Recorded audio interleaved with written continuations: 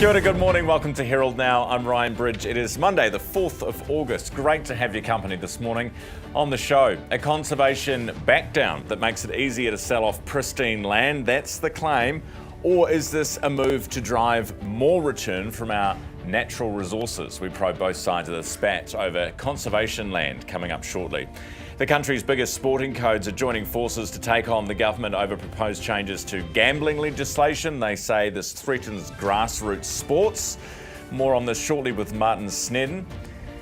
Trump's trade tariffs are set to bite New Zealand with a 15% hike being imposed. Crucially, that is more than some of our competitors going into the United States, including Australian beef. The Prime Minister is live at the desk after 8:30. Plus a whole bunch more we'll get to shortly. First, here's Neva with news. Herald Now News, powered by News Talk ZB. A 15% tariff may just be the beginning of US trade manoeuvring when it comes to New Zealand. President Donald Trump unveiled a surprise 5% hike on the 10% tariff initially proposed. Trade Minister Todd McLaren will venture stateside in coming weeks to negotiate with US officials. Former US Ambassador and Trade Minister Tim Grosser says we're at the beginning of a lengthy process and doubts there'll be much reward. This is highly likely to be a flaw, unfortunately. In other words, there is every possibility of some additional tariffs being put on the top. A major announcement on the future of NCAA is expected to be imminent. It's understood public consultation will be launched on a proposal impacting the secondary school qualification, in which teachers and parents can give feedback. Here's political reporter Azaria Hell. Prime Minister Chris Luxon has previously indicated the proposal's significant and says he's up for a fundamental overhaul. Numerous briefings sent to Education Minister Erica Stanford expressed concerns about the viability of NCAA Level 1 and how the system's equipped for those going into the trades. A woman has been charged after a toddler was found in a suitcase on a bus. Police say officers were called just before 1 p.m. yesterday after a passenger asked to access the luggage department during a planned stop in Kaiwaka, a small town in Northland. Detective Inspector Simon Harrison says the driver became concerned when he noticed the bag moving and found a 2-year-old girl. The girl was reported to be very hot but otherwise appeared unharmed. A 27-year-old woman was arrested and charged with ill treatment, neglect of a child. She is scheduled to appear in North Shore District Court today. Fresh charges to foreign tourists might do more harm than good. The government's announced international travellers will pay up to $40 to visit 4 dock hotspots, including Coromandel's Cathedral Cove and Milford Sound. New Zealanders will still visit free of charge. Federated Mountain Club's president, Megan Dimazantos, says the cost is fair, but could have been tacked on to the international visitor levy. She says overseas visitors might get frustrated by paying a fee for every activity. A youth homelessness collective says successive governments, but particularly this one, have neglected to treat housing as a basic right. Housing Minister Chris Bishop says he's open to tweaking the restrictions imposed on people seeking emergency housing. It comes after Auckland's outreach providers reported a 90% spike in homelessness. Manaki Rangatahi's Brooke Stanley says the government's policy has meant many in emergency housing have been evicted. Herald Now Sport, brought to you by Gold Sport. Liam Lawson has finished 8th at the Hungarian Grand Prix. Lando Norris claimed the race win from McLaren teammate Oscar Piastri. Black Caps pace bowler Nathan Smith has been ruled out of the final cricket test against Zimbabwe with an abdominal strain. Canterbury's Zach Folkes has been called in ahead of the final match starting Thursday. Lydia Ko's carded a 3-over final round at the British Women's Golf Open in Wales to finish the same for the tournament. Ko has finished in a share of 36th. You're watching Herald Now. Great to have your company on this Monday morning, just gone 7 minutes after 3. Loads of bad headlines. No shortage of bad headlines for Christopher Luxon over the weekend. No shortage of negative commentary. This after their annual conference held in Christchurch. Not much to celebrate in the polls for the National Party at the moment. It's basically neck and neck between the coalition and the other lot. Their problem is economic. It's the economy. The economic winter, worse than the actual winter that we're all feeling at the moment. At least we know with winter that it will end, right? This economic funk has been gracing us now longer than the GFCs did. Inflation is going back up again.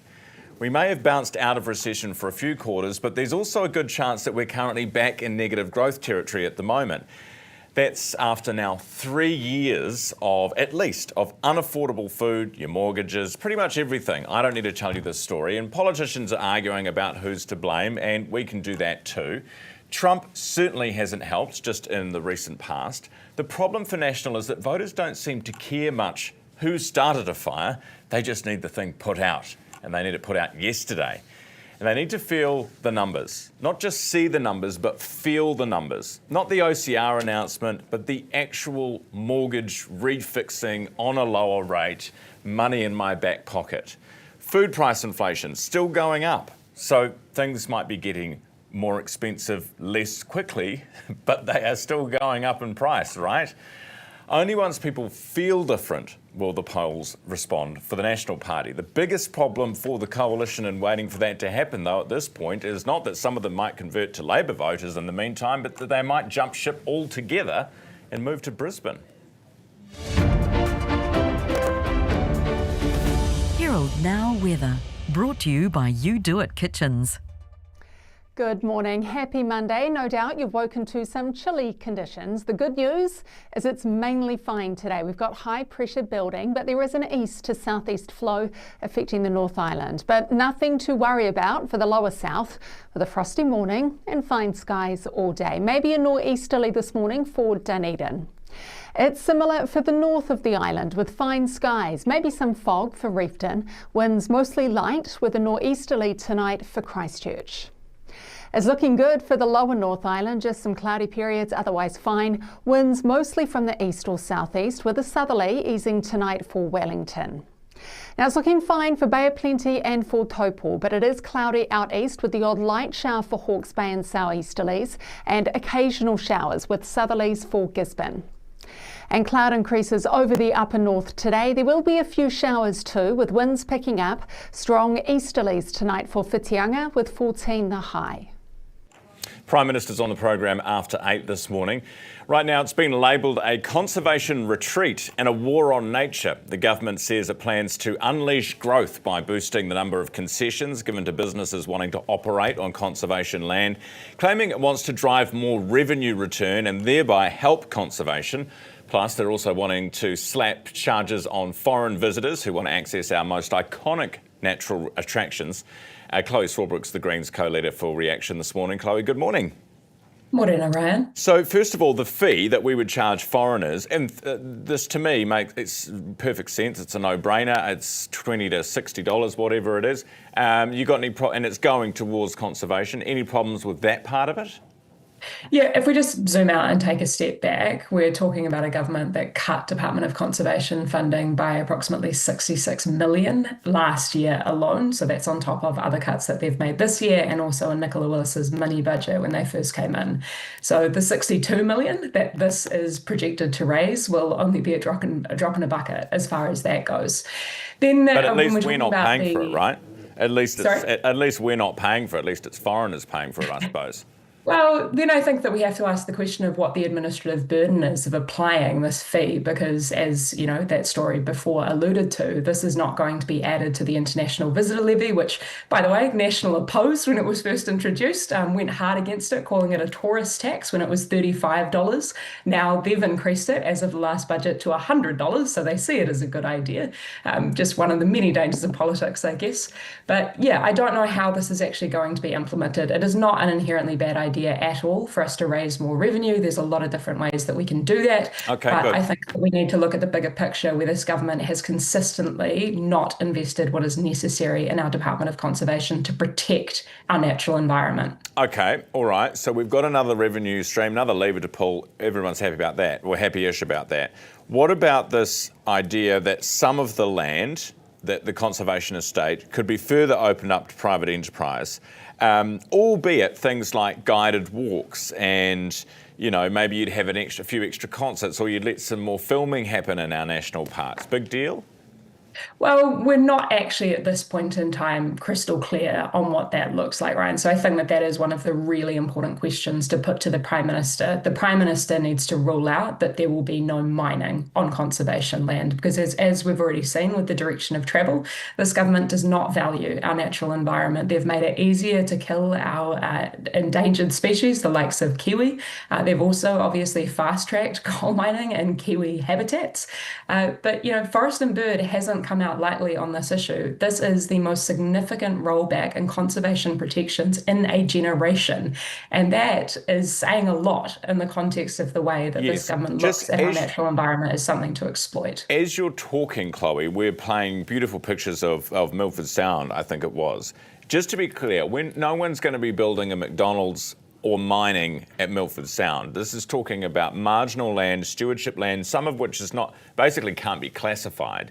It's not going to be our most beautiful, pristine areas that we are going to be potentially using for commercial purposes, right? Well, again, Ryan, when we start to roll these protections back, we see that we tend to never get them back. And this, again, is case in point. We are changing, or the government is proposing to change, the fundamental role of the Department of Conservation from that of protecting our natural environment to simply managing its use. And this is where we're seeing that direction of travel from protection and conservation of the things that New Zealanders hold dear towards exploitation.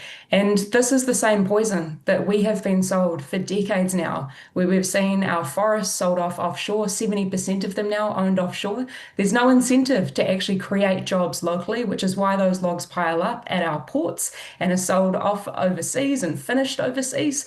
And again, when we're looking at the conservation land in particular, if we start seeing these protections roll back, it is hard to see that we will ever get them back. It is not a direction of travel that is sustainable. Okay. All right, Chloe, appreciate you coming on this morning. We will have the Prime Minister here after 8. Chloe Sawbrook from the Greens. It's 11 after 7. Leaders from 33 of the country's biggest sports have joined forces to oppose new gambling legislation that they say will destroy community sport as we know it. The online casino gambling bill intends to sell licences to 15 offshore gambling platforms. However, sports organisations say the bill makes no provision to supply them with a cut, unlike other licensed gambling. Sport currently receives about $170 million a year from pokie proceeds, and it's feared once online casinos are legal, the size of those grants will diminish as more gamblers move online. Martin Snedden is the board chair at Cycling New Zealand and is with us now. Hi, Martin. Morning, Ryan. Good to see you. You too. So this is potentially a big deal? Yeah, it's a huge deal, really. For 50 years, there has been cross-party political support as a quid pro quo for the legalisation of gambling, that proceeds from that would go into community, including sport. So at the moment, there's about 350 odd million a year that, say, the Class 4 pokie trusts would put into community, and about half of that goes to sport. All of it goes to amateur sport, all of it goes either directly to the clubs or through regional organisations that are set up to support the clubs. The reality in our life is that online's taking over retail everywhere. And if what is happening at the moment with the pokies is that they gradually disappear, if there's no provision in this new legislation to protect money going into community, including sport, then it won't be long before all of that money disappears. The 350 million? 350, of which half of which goes into sport, half of which goes into other great community causes. I guess it depends on the uptake, doesn't it, of online offshore gambling products, how much more attractive they are to people than your pokies. Yeah, so just look at your normal life. I mean, everything is going online at the moment. Now, there were some figures yesterday talking about the growth of online globally, and it's just exponentially every year. It's just shooting up, and it's enormous. And as that happens, obviously, what's happening with the pokies is going to be badly affected. So what do you do then? Well, I think the very first thing is that the government carries on what it did in the Gambling Act in 2003, which as a purpose of this legislation says that community must benefit from proceeds. Then what it should do is actually talk to us and understand the problem. This is what hasn't happened. There's been no consultation, no warning to us. I accidentally came across this 6 or 7 weeks ago, suddenly realised there was a problem, jumped into it, got the sports sector organised, and we're injecting our own voice into this. But government shouldn't have waited that long. The Department of Internal Affairs should have done their work. They should have briefed government, but they didn't. So Brooke Van Velden, who's the Minister, she's put out given a statement to us saying, I appreciate that sports clubs play a significant role in our communities, blah, blah, blah. Many of these receive the funding that you're talking about, Martin. It is not yet known what impact the regulation of online casinos will have on the availability of funding for sports clubs through the Class 4 societies. So in other words, we're not sure yet what will happen. Yeah, she's saying she doesn't know because they haven't done the analysis. You only have to look at the TAB when they went online 5 or 6 years ago, Lotto when they did the same thing. You look at Australian research which tells you the answer to this. You just use common sense. It's obviously going to impact on it. Are we going to wait 3 years until what's blindingly obvious becomes reality and there's been damage caused? Or do we actually look ahead at this and say, this is obvious, let's find a solution now? And that solution has to be something that looks into the future and future-proofs direction of funds from international operators into community, including sport. International operators that'll be paying a bit of tax to the government and taking all the profits offshore. How's that helping New Zealand? Martin, appreciate you coming on this morning. Thank you. Martin Snedden, Board Chair at Cycling New Zealand. And the statement that I mentioned earlier includes this from Brooke Van Velden. She has told us that online casino operators will be required to pay fees to cover the costs of running the scheme, tax to the Crown and contribute to the problem gambling levy, which funds gambling harm support services. But she says it is not proposing they also be required to make community returns, as the Department of Internal Affairs has advised funding community organisations through the proceeds of gambling creates a perverse incentive to increase gambling activity in order to increase revenue for these organisations.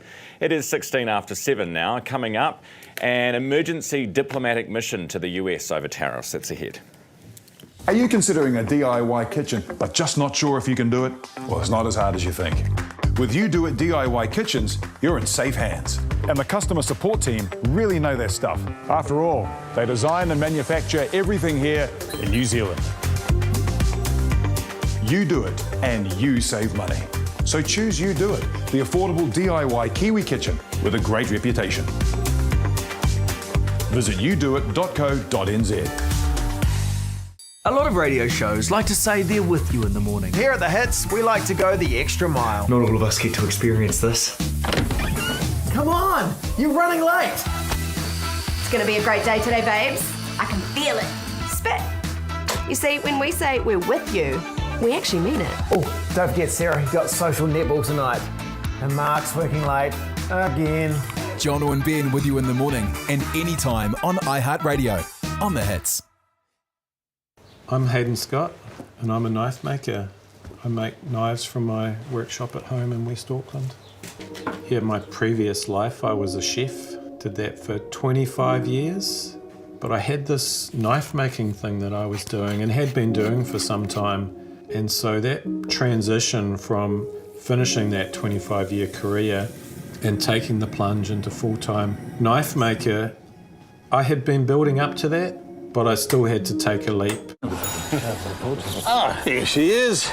How's the business going? Good, actually. We just switched to 2 degrees. Well, we tested the networks and couldn't see any difference, but 2 degrees has the most satisfied customers. With Flex, we get instant control of phone plans, data usage, and cost center reporting. And they're the fastest growing business network.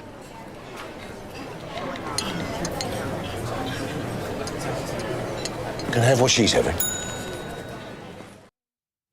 Welcome back. It is 18 minutes after 7. A new approach to conservation land wasn't the only announcement at the National Party's conference over the weekend. It was also revealed our top trade diplomat is jetting off to the United States in response to Trump's 15% tariff hike for New Zealand.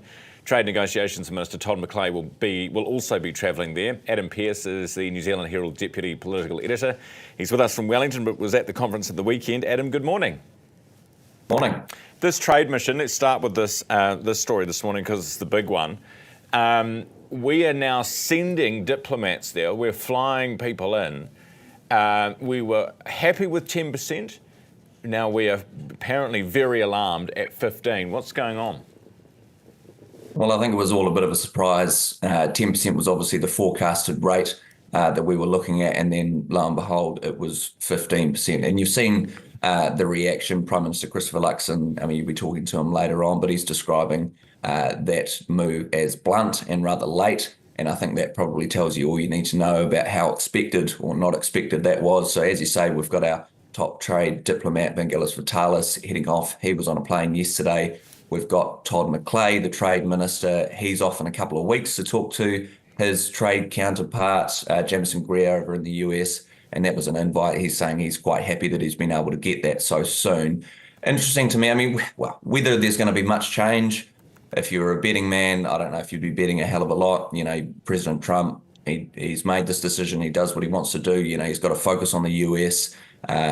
Interesting to see if there will be some carve-outs for specific products. There seems to be the suggestion that products that the US doesn't have a lot of, say beef, you know, New Zealand exporters, we've got a lot of beef and it's going pretty well at the moment. So interesting to see if they're able to get any clarification as to whether there are some exemptions in that space. It's a bit embarrassing for the government at this point, isn't it? Because you've got Australia, you've got Argentina, you've got Uruguay. These guys who we all compete with for American consumers are at a lower rate than us right now.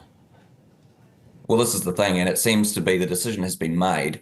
If you are selling more to the US than you are buying, 15% is the base. And now New Zealand, you know, we're not going to buy as much from the US than we're going to sell. That's just the nature of the beast. So whether, like I say, whether there's going to be much movement, it's hard to say. Also, our surplus, Adam, is what, $500 million at the moment, which is a drop in the ocean to the Yanks.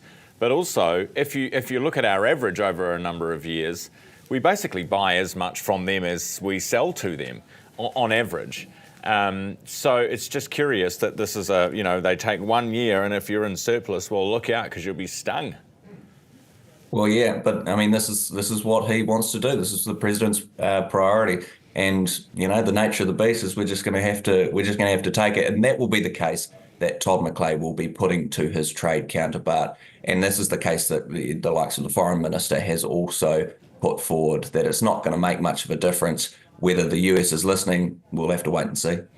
Adam, let's talk about the conference at the weekend. You were there, you saw it all. Luxon's always an Energizer bunny, so you'll never see him looking, like he's tired. But what's the vibe you're picking up here? What's the sense as we are, halfway through the term?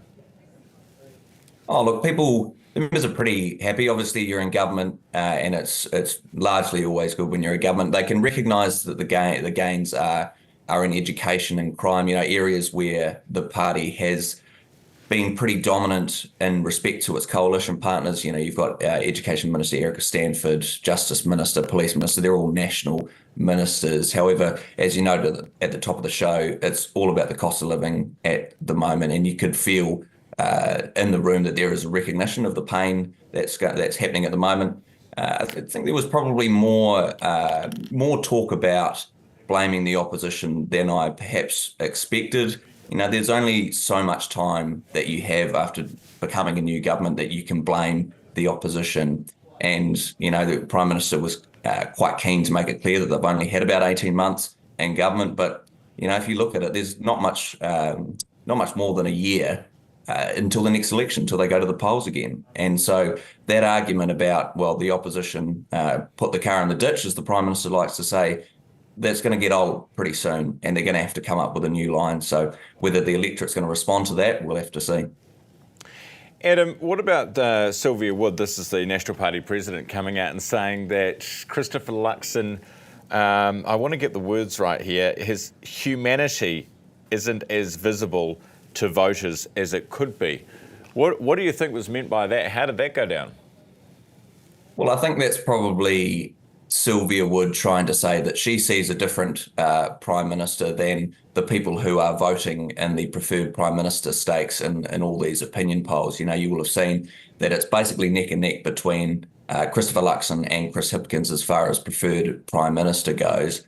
And, what we see, is, especially when you're traveling around with the Prime Minister, he's very good one-to-one. When he's talking, it's pretty hard for his staff to get him out of an event because he just loves talking to people so much. But clearly that doesn't get across when he's speaking at a national level, perhaps through the media. And I think that was the point that the National Party president was trying to make, trying to tell voters that she sees a different Christopher Luxon than they do. And obviously that's a problem, because if he's not being able to get that impression through, something's going wrong. So they're going to have to look at that, whether they switch up his communication style. I mean, the Christopher Luxon, he communicates how he does. Sylvia Wood recognises that he's businesslike, he is a businessman, and expects that he will thrive, especially if they can turn the economy around and get some recovery there, because he is such a outcomes-focused kind of guy.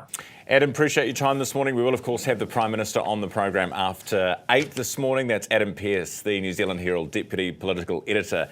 After 8, we will also have an NCAA announcement for you. This is the government's major shake-up to the system that our secondary school students go through. We will bring you that live after 8 this morning.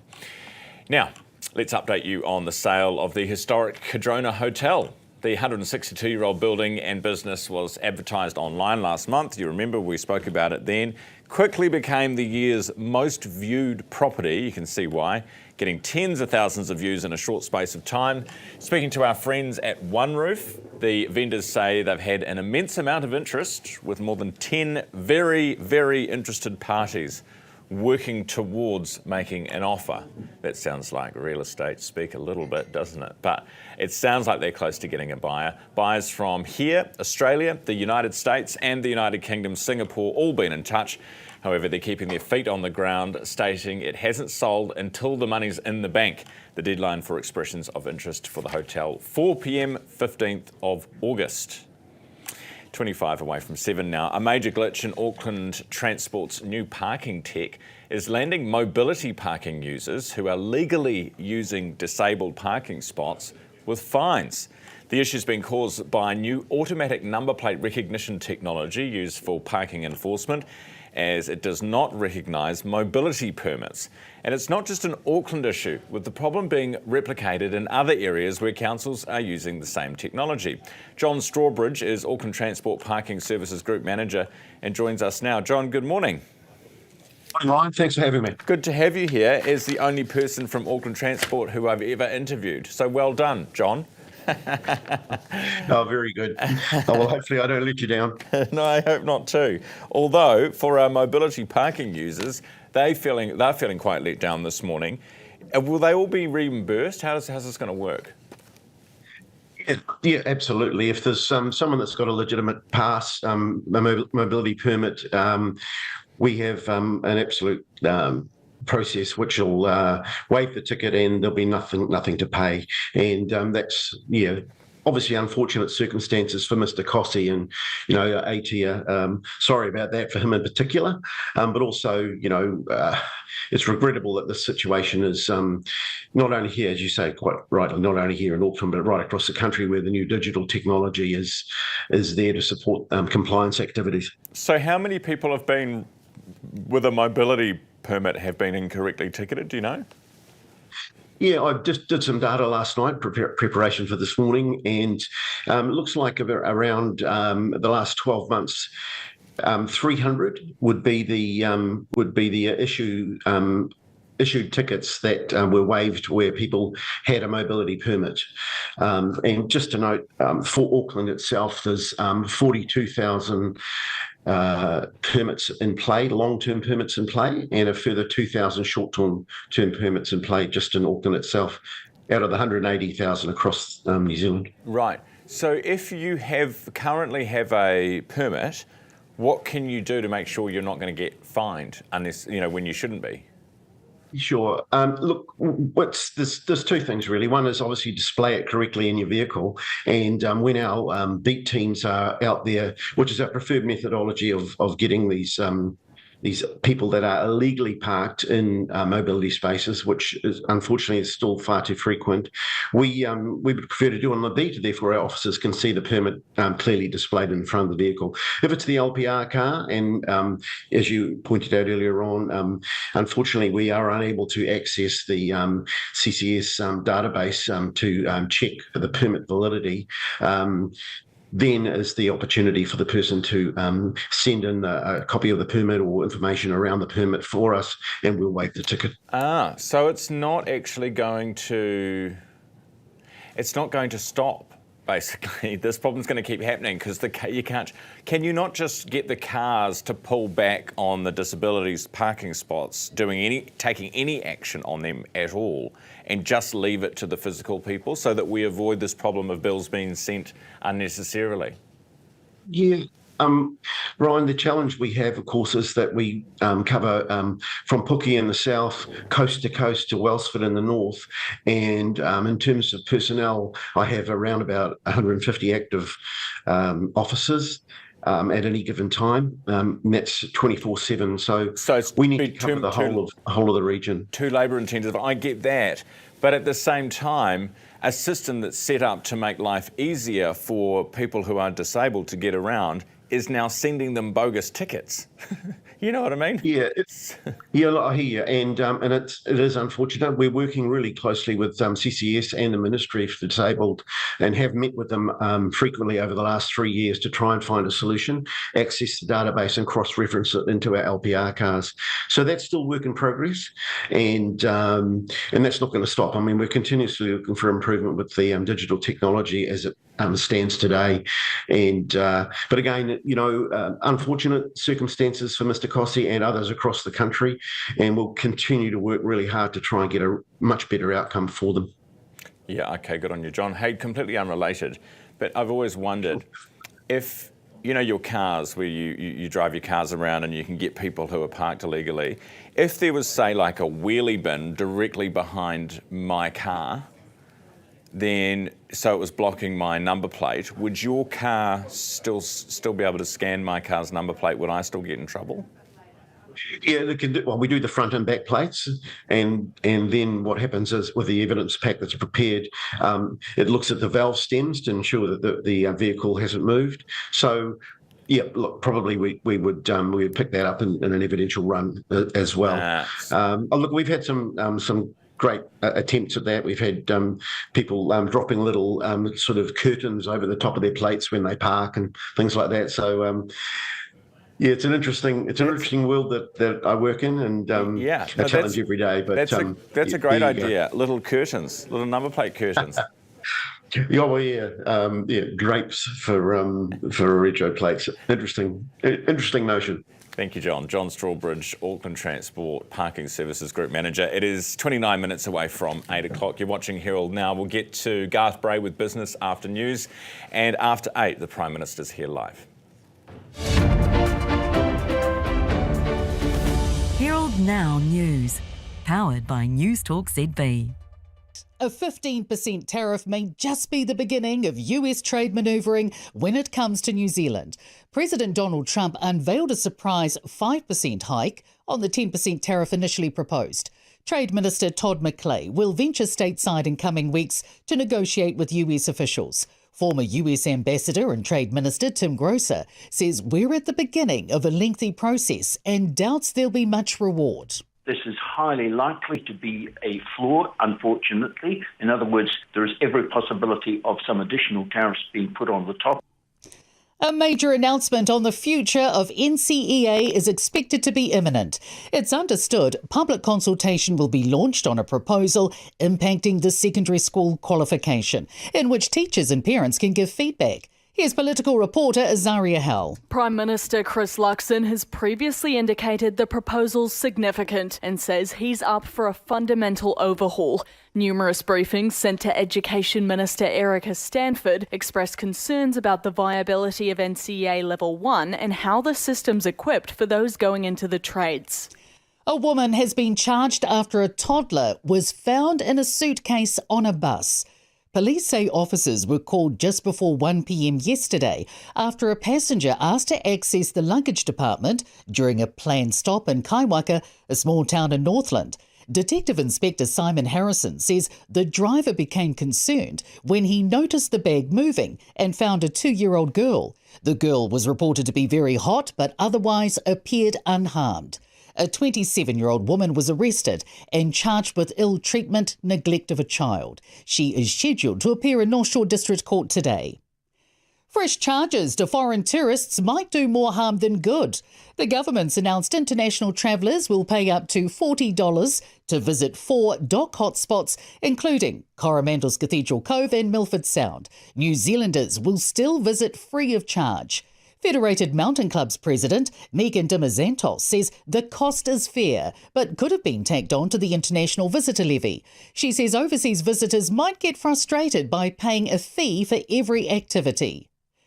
A youth homelessness collective says successive governments, but particularly this one, have neglected to treat housing as a basic right. Housing Minister Chris Bishop says he's open to tweaking the restrictions imposed on people seeking emergency housing. It comes after Auckland's outreach providers reported a 90% spike in homelessness. Manaki Rangatahi's Brooke Stanley says the government's policy has meant many in emergency housing have been evicted. Herald NOW Sport, brought to you by Gold Sport. Liam Lawson has finished 8th at the Hungarian Grand Prix. Lando Norris claimed the race win from McLaren teammate Oscar Piastri. Black Caps pace bowler Nathan Smith has been ruled out of the final cricket test against Zimbabwe with an abdominal strain. Canterbury's Zach Folkes has been called in ahead of the final match starting Thursday. Lydia Ko's carded a 3-over final round at the British Women's Golf Open in Wales to finish the same for the tournament. Ko has finished in a share of 36th. Herald NOW Weather, brought to you by You Do It Kitchens. Good morning. Happy Monday. No doubt you've woken to some chilly conditions. The good news is it's mainly fine today. We've got high pressure building, but there is an east to southeast flow affecting the North Island. But nothing to worry about for the lower south, with a frosty morning and fine skies all day. Maybe a nor'easterly this morning for Dunedin. It's similar for the north of the island with fine skies, maybe some fog for Reefton. Winds mostly light with a nor'easterly tonight for Christchurch. It's looking good for the lower North Island, just some cloudy periods, otherwise fine. Winds mostly from the east or southeast, with a southerly easing tonight for Wellington. Now it's looking fine for Bay of Plenty and for Taupo, but it is cloudy out east with the odd light shower for Hawke's Bay and southeasterlies and occasional showers with southerlies for Gisborne. And cloud increases over the upper north today. There will be a few showers too, with winds picking up. Strong easterlies tonight for Whitianga with 14 the high. You're watching Herald Now, just gone 24 away from 8. Time to talk business with our partners 2 Degrees. First fast track project is moving out of the blocks, and it could mean a big boost for tourism. Garth Bray, Business Desk here. Hey Garth. Hey Ryan. So, Ports of Auckland. Yeah, look, they've got a $200 million upgrade to the Ferguson and the Bledisloe wharves, which are the 2 big ones that handle all the big cargo ships. And we got news just before the weekend, Business Desk cracked that one first, around this being the first of the 149 projects that have been through that fast track process and given conditional approval. I think there's still a couple of weeks for people to chuck a late bid in and say not so sure about this. But this effectively means they can double or more than double the size of the cargo ships that would come in. It would mean also bigger cruise liners, which of course means more of those cruise ship passengers wandering around the bottom town of Auckland and shopping up and spending up. And I think the economic analysis around this, and you know it's always a bit of a guess, they were sort of saying if we can do this, there's out to sort of the next 30 odd years, there's about $2 to $5 or $6 billion worth of economic uplift from this. So a lot of money back for spending quite a bit now. They had to negotiate a few little things along the way. I think they had to go back and make an extra application when they didn't have enough info about how they were going to handle finding little blue penguins there if they were busy building. But this is part of quite a substantial upgrade to the port. All right, and we're going to fight over nappies. That's right, in court. So this is Zuru, the Mowbray brothers, Matt and Nick, sort of arguably our richest business people in the country. I think they're, some people say, worth about $20 billion. Are off to court, the High Court in Auckland today, for a 4-week civil proceedings against a former business partner. This is a company that created a nappy brand called Rascals, which probably anyone with an infant will know all about. Yes. And they knocked out that brand knocked out Treasures because basically they were able to manufacture more cheaply in China. So Treasures quit the market. Some other business interests, including a chap, Kirk Penny, if you're a follower of basketball, was involved in that, looked at buying Treasures. And the person who'd sold Rascals to the Mowbrays, to Zuru, is allegedly told them some stuff and leaked a few business secrets. He defends that vigorously, says, hey, the nappy business just isn't that complicated. But the argument there is that somehow there's been a breach of confidence, and so the Zuru people are taking him to court. And I guess any time you've got the biggest Richies on the rich list, you're always going to pay attention to what's happening there. Absolutely. Now, much smaller than Zuru, but little on the line exporters are about to be hit quite hard. Yeah, right. So we all know about the tariff, 15% and the rest. Well, partly that, but it's also, there's this customs-free thing rule in the US where if your package is worth under $1,300, it goes in duty-free, tariff-free, all that kind of stuff. Trump signed an executive order last week cancelling that. So that means if you're, I don't know, some high country farmer trying to do a bit of a side hustle selling merino scarves, your $100 US scarf has now got $15 worth of tariff and another $6.70 in import duties, plus you've got to do all the paperwork. So it's gone up 20%. They're estimating these tariffs are going to cost the average US family across the board like another $4,000 a year, or even $4,000 a year poorer as they face higher prices. So this is a real crunch for some quite small businesses that are now caught up in a complicated bit of extra paperwork. Yeah, never mind all the rest of it. It certainly sounds like it. Garth, thank you very much. Good to see you as always. Garth Bray, Business Desk, here every day with The Biz. And we talk thanks to our partners, 2 Degrees, of course, just gone 20 away from 8. Now, down south, where a new robotic lab is in the works and a senior Labour MP is stepping down from re-election. I should say stepping down from re-election to a local seat, but not necessarily from the Labour list. Claire Sherwood is News Talk ZB South Island News Director with us this morning. Claire, good morning. Good morning. So what's Megan Woods saying? Yeah, well, Megan Woods has announced yesterday via Facebook, and she's put out a statement to confirm that she won't be standing for re-election in her seat of Wigram. She, of course, has held that seat here in Christchurch for 15 years, and she simply says she just doesn't have it in her to do another full term as a local electorate MP. That said, she will be hoping to get a spot on the Labour list when it comes to the election. She spoke about the fact that it's been a really humbling experience. It's been an honour of a lifetime to represent the people of Wigram, and also about the fact that she ended up doing a lot more for those people in this past 15 years than she, I guess, ever thought that she would. When she took on office from, of course, Jim Anderton, she thought then that her biggest challenge would be the Christchurch earthquake and the subsequent recovery. Remembering when she came into office for Wigram, we had just had that first quake, but we hadn't had the subsequent deadly February quake yet, and obviously the thousands thereafter. So she said she thought that the quakes would be the biggest thing in her time. Of course, she's also led, a really key part of Christchurch through the March 15 mosque attack that we had, also the COVID pandemic and everything on a local level from that perspective. So it is big news for the people of Wigram and for Christchurch in general. She says now her focus will be on supporting another Labour MP for the seat, knowing, of course, that seat has only had 2 MPs in something like 42 years. She was very well supported by Jim Anderton when she took over, and she hopes to do that with whoever comes next. Absolutely. Now, what are the robots doing in your neck of the woods, Claire? This is Ravenstown and their ARL soil testing lab. That was originally set up in Hawke's Bay, but they lost that lab as one of the many losses during Cyclone Gabrielle. So they've now announced that this new lab is ready for opening today out in Rolleston. It's a huge lab. It's more than 50% larger than the previous lab they had. Will mean that we can test New Zealand soils on a bigger scale. But effectively, it's going to be run by a whole lot of robots. So the key thing is Ravenstown ARL says that, look, it won't mean a reduction of staff staffing numbers. Of course, people still need to look after the robots. That said, they say that their productivity will skyrocket given the fact that the people who are looking after the robots can also be doing other tasks alongside that. So pretty exciting, innovative stuff that's happening, and it's going to be opening this afternoon out at Rolleston. Absolutely. Claire, appreciate that. Thank you very much. Claire Sherwood, News Talk ZB South Island News Director. It is 18 minutes away from 8 o'clock. Don't forget you can flick us an email this morning on anything we're talking about, ryan@nzherald.co.nz. That's ryan@nzherald.co.nz. Turns out fidgeting might actually help the ADHD brain focus. In world-first research, Auckland University uses an MRI to map the brain activity of people with ADHD. While they were fidgeting, they found their focus improved. The opposite was observed in people without ADHD. Justin Fernandez is Professor of Biomedical Engineering at the Auckland University and joins us now. Good morning. Good morning. Good to have you here. Pleasure. So what exactly does this mean? What does this tell us?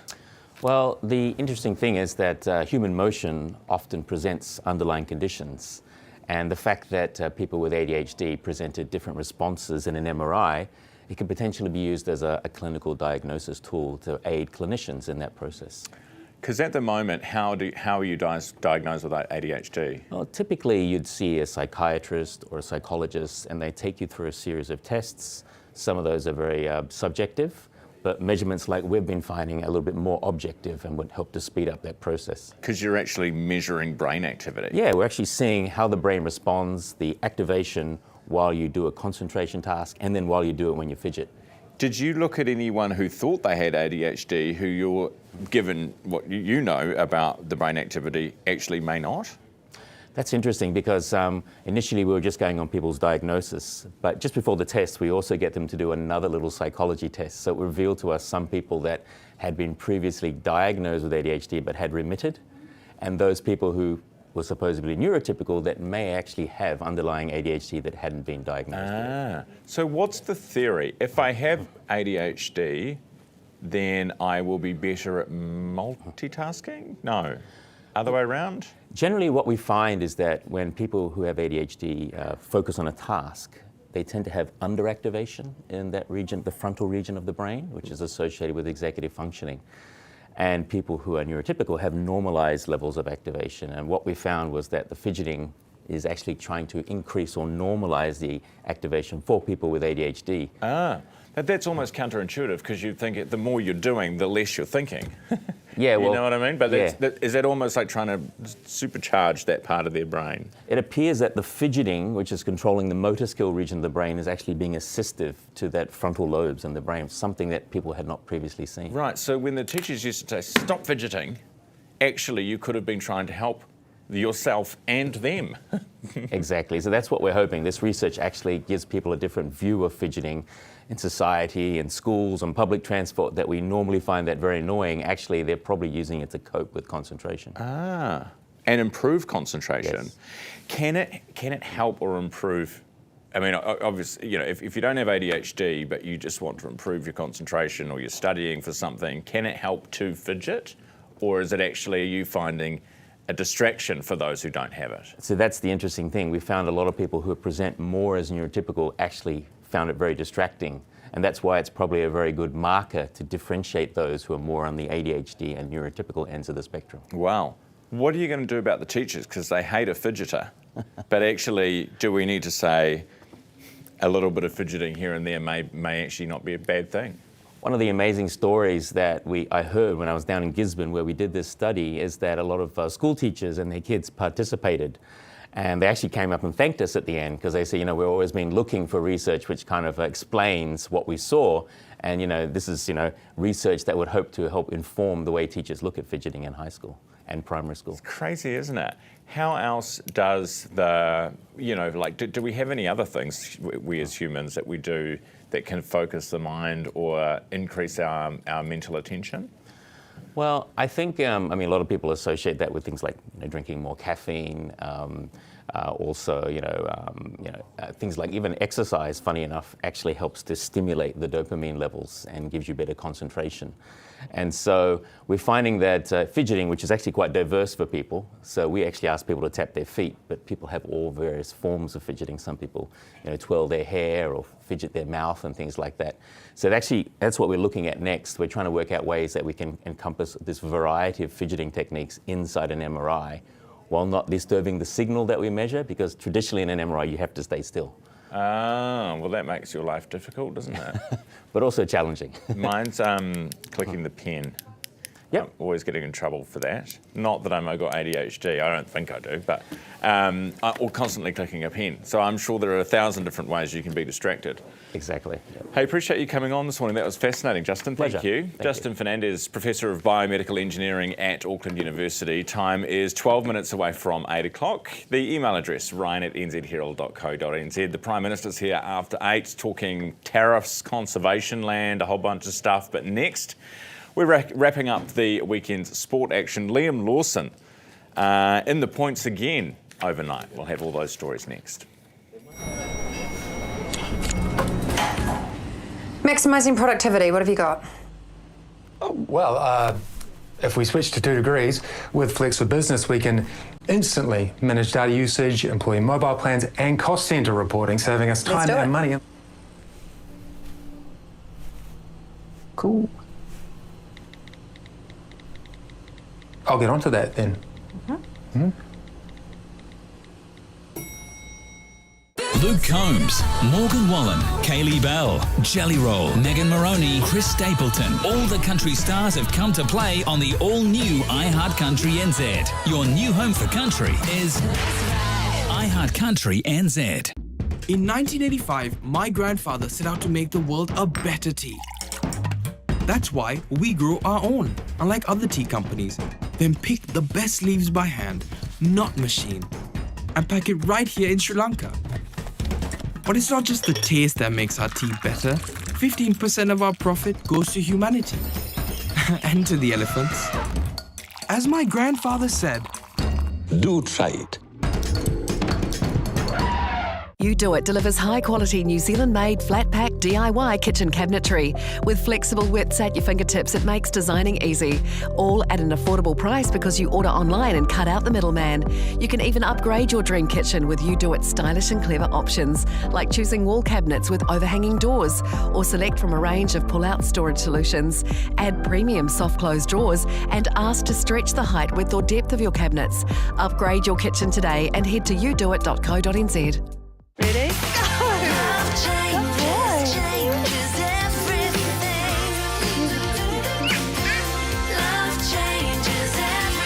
One Roof Property.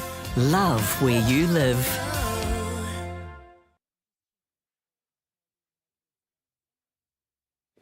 News Talk Z... no, not News Talk ZB. Herald Now. Sorry. And sort of lives are intertwining here a little bit. Now, this is what I want to talk to you about. This is why I was a little bit distracted. So, a bit of a kerfuffle in the royal household. You might have heard about this story at the weekend. So, Prince Andrew has a book. Well, he doesn't have a book coming out, but there's a biography being done about him. It includes reference to a comment he made about Harry. So, apparently, Uncle Andrew said something behind Harry's back about your wedding won't last long, your marriage won't last long to Meghan. Harry gets upset. Fired up, punches Andrew apparently in the head. Royal blood spills on the palace floor, all quite dramatic. Anyway, this is in the book. And at the weekend, Prince Harry comes out and says, never happened. It's all a lie. So there you go. We haven't heard from Prince Andrew yet, but there you go. At least on Harry's part, no punches were thrown. Time now is 8 minutes away from 8 o'clock. Don't forget, we'll get the Prime Minister after the 8 o'clock news, and we will have an NCAA announcement for you after 8:30 this morning. Liam Lawson's had another top 10 finish overnight, taking 8th place ahead of Red Bull legend Max Verstappen at the Hungarian Grand Prix. Chris Reeve, Herald Sports reporter, Cameron McMillan, Herald Sports deputy editor with us this morning. Good morning, guys. Morning. Cam, it's he's in the points again, which is great. Yeah, third race in the last 4 weekends that Liam Lawson's been in the points, and I guess more importantly, he was the top of the Red Bull drivers. You know, even beat Max Verstappen. Verstappen went for more of a riskier pit strategy, and it didn't really work for him. And Lawson, you know, he's in a car which he's never going to, I guess, pass everyone when in his position from where he started in 9th. But to hold his position and even gain a place is great. They now have like I think a 3 or 4 week break before they return to Netherlands. And even more interesting, I guess, at the front of the race, the McLaren drivers again. Lando Norris just beating Piastri, so that lead now is cut to 9 points between the two McLaren drivers, with the Aussie leading at the moment. So, Great. Yeah. We just sort of keep hearing just quite good things about him over the last few weeks, don't we? Yeah, it has been going very well for Liam. I believe he's only 2 points behind Isaac Hadjar in the standings now, so that's a pretty good spot for him to be in. He's doubled Yuki Tsunoda's points now going into the break. He gets a little bit of a chance to reset and look ahead to the end of the season where, you know, he's still very much in the hunt for that return to Red Bull next season. The All Blacks, we've got squad naming today. We've got Roygaard, who's out for at least a couple of weeks, right? Yeah, at least a couple of weeks. So they're off to Argentina. So they'll name the squad today. It could be 36-man squad. But yeah, the big decision now is what to do at halfback. Cortez Rautema is the only one that's fit from that played against France. Noah Hotham's already out. So it's who are they going to bring in? Finlay Christie could come in. Xavier Rowe is another option as well. Kyle Preston from the Crusaders. But whatever one you're going to go with, they're going to be an inexperienced halfback. And there's 2 tests in Argentina. It's a huge challenge. I know a lot of people, maybe the fans, I hope the All Blacks are not thinking too far ahead with South Africa coming here, but Argentina's a team that they beat the All Blacks last year in New Zealand, so 2 tests in Argentina is going to be a huge challenge. And they've also got a few players injured at the moment in the All Blacks. They've got like 2 or 3 weeks they said they'll be back. Sorry. So we just don't know whether they're going to be fully fit. So it'll be interesting when they name that squad. You look like Bowden Barrett, Scott Barrett. They could be back, but they might miss the first test. We'll wait and see at midday when we sort of save them up a little bit, maybe. What do you reckon? I'm very interested to see at halfback. I mean, we could even see Folau Fakatava come back. I feel like Finlay Christie, given that they need 2 halfbacks coming in, he's the most experienced guy we have, so I would be very surprised if he wasn't called up. And yeah, maybe a guy like Kyle Preston, get a fresh face in there. He can kick off both feet. His long kicking game is quite an asset, so bring him along and hopefully give him the opportunity. Chris, the Warriors, and it was the Dolphins that they lost to. It was most recently. Yes, most. Is this the part of the season where we just sort of start covering our eyes and going, oh, it's all over? It seems a little bit like. Honestly, I thought they were going to get flogged by the Dolphins. They played a lot better than I expected. The Dolphins lost Herbie Farnworth early, which might have hampered their game in some way, shape or form. But the Warriors were much better than they were the previous week. They defended well. They were throwing plenty at the Dolphins, who also defended well. And it came down to the last minute where the Dolphins kind of just played some off-the-cuff footy, went side to side and scored in the corner. Horrible way to lose a game. Horrible way to lose a game. And yeah, now they're just 1 point ahead of the Panthers. So they're still holding their top 4 spot, but a trip away to the Dogs this week coming up. Yeah, I mean, the Dogs are playing pretty well. They got flogged by the Tigers in terrible conditions over the weekend, so they'll be looking to bounce back and kind of cement their place as one of the top 3 teams. So yeah, tough week ahead for the Warriors. Yeah. But they might get a few players back this week. It's within the realms of possibility, but it's just looking increasingly like maybe this isn't the year. Yeah, they could be 7th by the end of next round, and that was unthinkable 2 weeks ago. So yeah, I've given up, to be honest. next year's their year. Okay, yeah. I like the honesty. I still hold a little bit of hope, but you know. Give us a percentage. What do you want? 30% hope? At them winning the comp? Yeah. Oh, let's say 25. I'll say if you can't beat the Titans or the Dragons at home, then you're not going to beat the Storm or Broncos away. So you've got to do that to win a title. True. So that's why I don't think they're going to win it this year. All right, there we go. It's a decisive answer. I appreciate it. Cameron McMillan with us, Herald Deputy Sports Editor, and Chris Reeve, Herald Sports Reporter. Time now is 3 minutes away from 8 o'clock. Kath and Kim star Magda Zabansky has delivered an emotional and heartfelt speech at the Logies. This is in Australia, their big TV awards night. She was inducted into the Hall of Fame, unable to attend the awards due to her ongoing battle with cancer. Magda's Hall of Fame honour recognises her 40 years of service to the industry. Take a look. I also want to thank, of course, my family and friends who've been amazing. Especially at this time. I particularly want to thank Kristen, who's just sitting there, who's been an absolute rock. And the love and support that I have felt like a tsunami from the Australian public it's been overwhelming. And I have to tell you, it really helps. Sorry, I didn't know I was going to cry. When I go online and look at those messages, every time my heart lifts and I feel that much stronger to deal with the cancer. So thank you for the love that you're just pouring my way. I really feel it. Quite an emotional moment for her. She's been inducted into the Logies Hall of Fame. That's Magda Sabansky. It's just gone 2 minutes away from 8 o'clock here on Herald Now.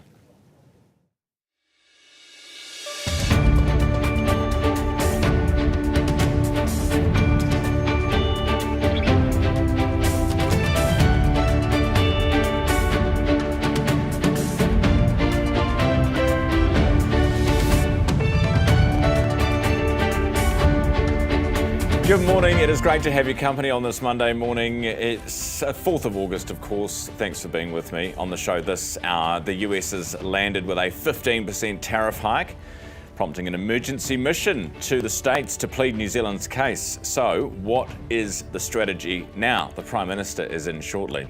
Our panel weighs in on the future of our pristine conservation land. Should it be kept protected at all costs, or is there serious money to be made here? And the government signalled it wants major change. We're standing by for a significant announcement on the future of NCAA. What are we going to teach the kids? That's coming up in about 30 minutes' time. First, here's news headlines with Neva.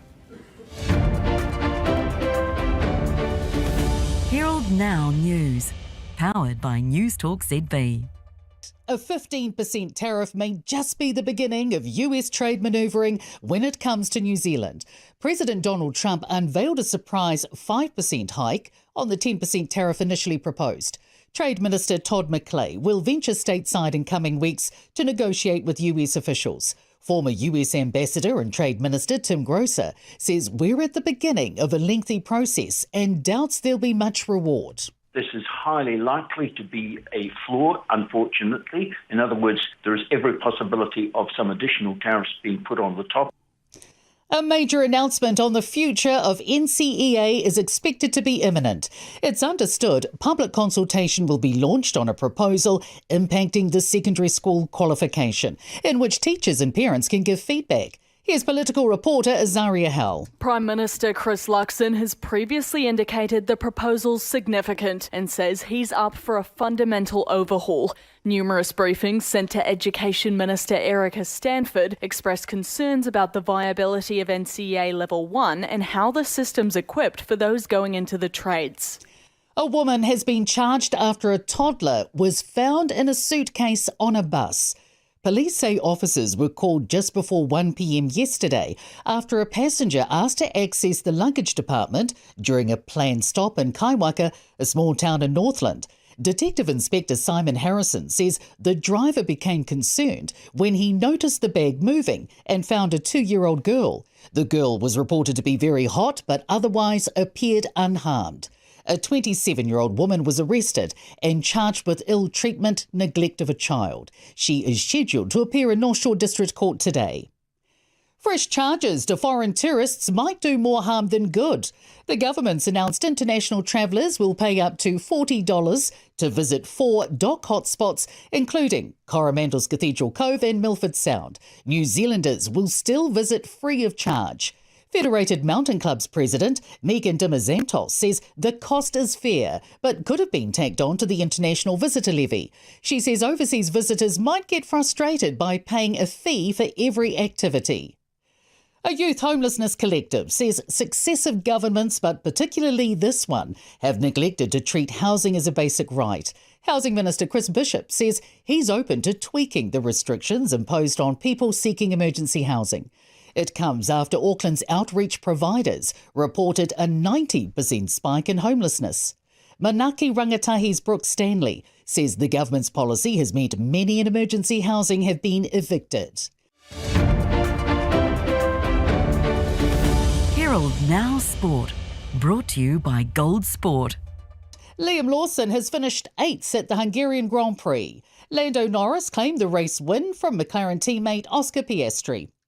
Black Caps pace bowler Nathan Smith has been ruled out of the final cricket test against Zimbabwe with an abdominal strain. Canterbury's Zach Folkes has been called in ahead of the final match starting Thursday.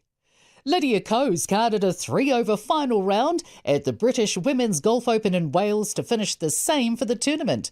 Ko has finished in a share of 36th. Herald Now Weather, brought to you by You Do It Kitchens. Good morning. Happy Monday. No doubt you've woken to some chilly conditions. The good news is it's mainly fine today. We've got high pressure building, but there is an east to southeast flow affecting the North Island. But nothing to worry about for the lower south, with a frosty morning and fine skies all day. Maybe a nor'easterly this morning for Dunedin. It's similar for the north of the island with fine skies, maybe some fog for Reefton. Winds mostly light with a nor'easterly tonight for Christchurch. It's looking good for the lower North Island, just some cloudy periods, otherwise fine. Winds mostly from the east or southeast, with a southerly easing tonight for Wellington. Now it's looking fine for Bay of Plenty and for Taupo, but it is cloudy out east with the odd light shower for Hawke's Bay and southeasterlies and occasional showers with southerlies for Gisborne. And cloud increases over the upper north today. There will be a few showers too, with winds picking up. Strong easterlies tonight for Whitianga with 14 the high. You're watching Herald Now. It's just gone 8 minutes after 4. Fresh from the National Party conference, the Prime Minister Christopher Luxon joins us at the desk this morning. Good morning, Prime Minister. Morning, Ryan. Good to be with you. Good to see you here. So what's up with the tariff situation? We were fine with 10 and now we're flying diplomats at 15. No, what's happened is, look, it's not what we wanted. It was a pretty blunt and last-minute decision to say, look, countries that actually sell more to the US than what they buy are going to get hit with a minimum 15%, and that goes, there's 40 countries, and it goes up even up to 39, 40%. And then countries that run a deficit, meaning they actually sell less than what they buy from America, like the UK, like Australia, have a minimum 10. So we're no worse off than countries in a surplus or position. We are worse off than some of our competitors, though. Australia, Argentina, Uruguay, these guys are selling meat. Because they're running deficits with the US, we run a surplus. And so, yeah, that's not ideal, as we've said, and it's not what we wanted. And in fairness, since April, we've been advocating very strongly. I know. Are they listening? Tariffs. Well, we've had very good dialogue at a ministerial level. I've got to say, Minister McLean's got a great relationship with Jamison Greer, who's the Trade Secretary. But that's obviously not enough to get you a good deal, right? No, the President has made a pretty fixed decision that he wants to actually have a minimum rate for surplus countries and a minimum rate for deficit countries. If dialogue's not working, what's our change of strategy to fix this? Well, our strategy is actually, as a small open trading nation, is to do exactly what we're doing, which is to open up trading opportunities everywhere. So accept this 15%, basically. Well, we're unlikely to change that. We're unlikely to change. We need an ongoing dialogue relationship with the US, which we've continued to have all since April and since the new administration's come to power, all the way through. We'll continue those conversations. Yes, our top trade diplomats up there, that's quite normal. Jamison Greer invited Todd McClay up in the next few weeks. Is there a risk? But I just say to you, I think that view is pretty fixed. It's come from the President pretty clearly. He wants the 15. He wants a minimum. Have you tried reaching out to him? Countries. He and I have had a chat initially when he first came to power. But you haven't personally tried to intervene in this at all? No, because I think you've seen countries that actually have intervened. I think Switzerland, who have a surplus as well, and have ended up with a 39% tariff rate. So I think we have had the right level of engagement around our officials and ministers. But I just say to you, as a small trading nation, it's been interesting. Our exporters have been growing their business and exports to the US 6% this year, even with the tariffs. And that's because they're doing a good job of targeting the right consumers for premium products and then passing it through to the US consumer with raising prices. Yes. Now, it's going to cause some challenges for a few of our companies, I'm sure. It is. It'll be more difficult. Beef and lamb, a bit worried. So did we run a bad strategy here? No, not at all. Not at all. As you can see, the President's made a decision. Those that actually, sell more to the US than they buy are going to get a minimum 15%. But it's arbitrary, isn't it? I mean, it's 500 million surplus, whatever it is, for New Zealand, which is bugger all to them. Well, yes, but that's the position. That is what it is. And so I'm trying to be really pragmatic about it, which is to say, but the good news is, Ryan, I just say, look at what's happened in Europe. Our Europe exports are up over 25%, up $1 billion extra. No, that's UK good. up 21%. FTA deals in the UAE, GCC started up with India. And New Zealand businesses have navigated an incredibly difficult situation, I think, very well. We haven't offered to buy a bunch of stuff off the American. Everyone seems to say they'll buy a Boeing and he backs down. Well, no, I don't think that's the case, because you've seen a minimum standard being set for countries with surplus, irrespective of any commitments they may have made about that. Sylvia Wood, the President of the National Party, says people don't see your humanity. Ryan, I bring my humanity to this show with you whenever I get a chance to talk to you. I respect your humanity. It's a lovely thing. Do you have a problem showing everyone else your humanity? No, look, I mean, I just don't think me talking about myself is very helpful or useful. People actually want me to get on, grow the economy, lower the cost of living, get on with stuff. That's why you've seen this great decision around Ports of Auckland and their fast track process. That's the stuff they want me to be doing. Yeah, but what's Sylvia Wood talking about then? Do you know, or did you ask her about it? What do you mean, where's my humanity? Well, I show up with my humanity each and every day and every morning on your show, so I'll continue to do so. Do you think people maybe don't understand you? Well, what do you think it is? Oh, look, I mean, honestly, I don't. We got elected to do a job, to turn around a mess. They'll get to make a decision in 2026 whether they think the country's going in the right direction, wrong direction. My job in that 3-year period is to make sure our coalition government is very focused on the things that Kiwis want us to be focused on, and that's what I'm doing. Unemployment looks like it's going to go up. We're getting numbers out this week. Is that the direction we were hoping for? Well, it's pretty much what people have been forecasting, is that sadly unemployment is sort of peaking around about now, and it will taper off. We've got projected growth of about 2.7% a year coming over the next 4 years.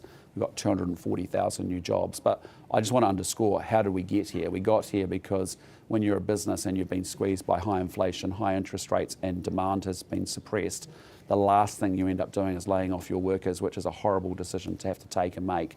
But they're doing that because actually the last lot didn't run the economy great, and when you don't control inflation, people end up losing their jobs, and that's what's been happening. But we're doing everything we can to make sure we're getting the economy growing. You've seen us talk about concessions in the dock, land space. You've seen us talk about fast track, RMA reform. We've had a huge response to active investors of more money coming into the country. There's some pretty, it's a full court press. Hey, did you see that the Air New Zealand's got a new CEO? Bunch of racist stuff. Did you read any of this comment? I didn't. I think you'll be outstanding. I think you'll be really, really great. And I just want to congratulate him, because it's a hard company to lead. There's a high amount of expectations with it, as it takes New Zealand to the world and brings the world to us. But I think he's going to be brilliant. So I think that's grossly unfair and unacceptable in New Zealand. NCAA, we've got an announcement coming in a few minutes' time. Is it going to be radically different for people? It's going to be a massive change. And it needs to be a massive change, because parents, teachers, principals all understand that this is a qualification that can be better and can be strengthened. In the way that it's assessed, or in the way that it's taught, or both? I won't get ahead of the announcement, but suffice to say it's massive. Jamie Lee Ross apparently wanting to get back into politics. Any room for him at your end? Well, I don't comment on local government politics, but I'm sure the good people of East Auckland will look for people of good character to represent them out there. You won't be voting for him?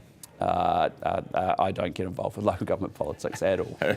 Okay, so as in you won't be voting at all? No, I vote, but I don't express an opinion on that. That's my personal view as to who I vote for. So you might vote for Jamie Lee Ross?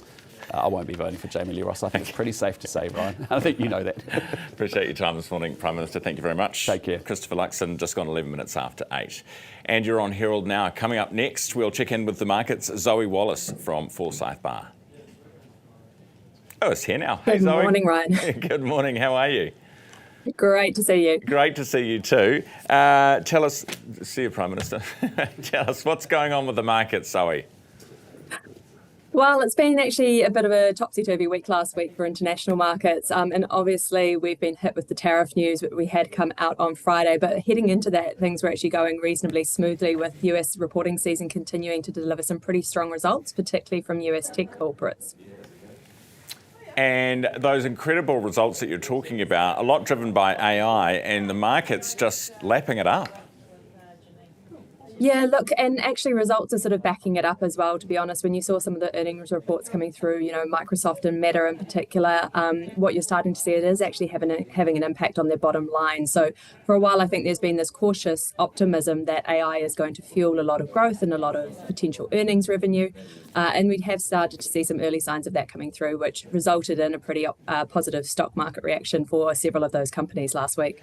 We've, of course, got our unemployment figures coming out this week. What are we expecting? What are markets looking for?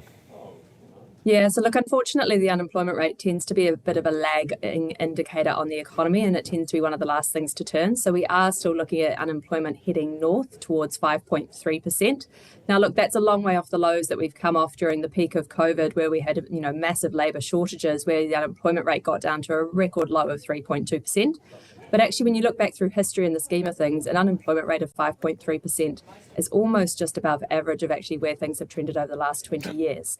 That said, obviously, it is still really tough out there, and we are seeing that come through in some of the early indicators. So it is likely that the employment market still remains a grind for a lot of people. We are expecting employment to slow, and it's unlikely that that's going to start really improving until we get into 2026 at this point. Yeah. So appreciate that. Thank you very much for the update. Zoe Wallace, investment strategist. We talk markets each week thanks to our partners, Forsyth Bar. Time now is 13 minutes after 8. Coming up, our panel's here to discuss the big stories of the moment. That's next. Are you considering a DIY kitchen but just not sure if you can do it? Well, it's not as hard as you think. With You Do It DIY Kitchens, you're in safe hands. And the customer support team really know their stuff. After all, they design and manufacture everything here in New Zealand. You do it, and you save money. So choose You Do It, the affordable DIY Kiwi kitchen with a great reputation. Visit newsroom.co.nz. A lot of radio shows like to say they're with you in the morning. Here at The Hits, we like to go the extra mile. Not all of us get to experience this. Come on, you're running late. It's going to be a great day today, babes. I can feel it. Spit. You see, when we say we're with you, we actually mean it. Oh, don't forget Sarah, who's got social netball tonight. And Mark's working late again. Jono and Ben with you in the morning and anytime on iHeartRadio. On The Hits. I'm Hayden Scott and I'm a knife maker. I make knives from my workshop at home in West Auckland. Yeah, my previous life I was a chef. Did that for 25 years. But I had this knife making thing that I was doing and had been doing for some time. And so that transition from finishing that 25-year career and taking the plunge into full-time knife maker, I had been building up to that, but I still had to take a leap. Ah, here she is. How's the business going? Good, actually. We just switched to 2 degrees. Well, we tested the networks and couldn't see any difference, but 2 degrees has the most satisfied customers. With Flex, we get instant control of phone plans, data usage, and cost center reporting. And they're the fastest growing business network.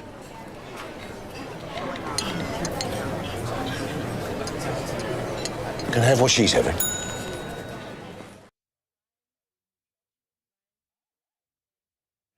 Welcome back. You're watching Herald Now on your Monday morning. Great to have your company. 16 minutes after 8 now. Let's get to our panel for the big issues of the morning. Tim Wilson, the Maxim Institute Executive Director, and Sarah Henry, our Media Editorial Director. Good morning, team. Kia ora, Ryan. Good to see you. Morning. Hey, we just had the PM in, and I don't know whether we're going to even ask you about tariffs, but here we go. Yay. Tim, I just find it, I mean, Donald Trump is annoying. We all know that. But particularly annoying when... Mate, I spent an afternoon with him, I can tell you. Yes, he's also well. charming. But anyway, they do say that. Yeah, they do say that. It's the New York real estate guy. So, you know, he just comes in late with an ocean of charm and the power handshake. And then you take it from there. Yeah, and he will hardball you and then he'll sweet talk you. Absolutely. Yeah. I think that's what we're seeing here. Yes. In the tariff regime, yeah. And it's interesting, isn't it? Because, you know, your strategy initially was, let's not rock the boat, pretend it's not happening, and then it's like, he's going to get you anyway. Yeah. You know what I mean? So what do you do, I suppose? Yeah, what do you do?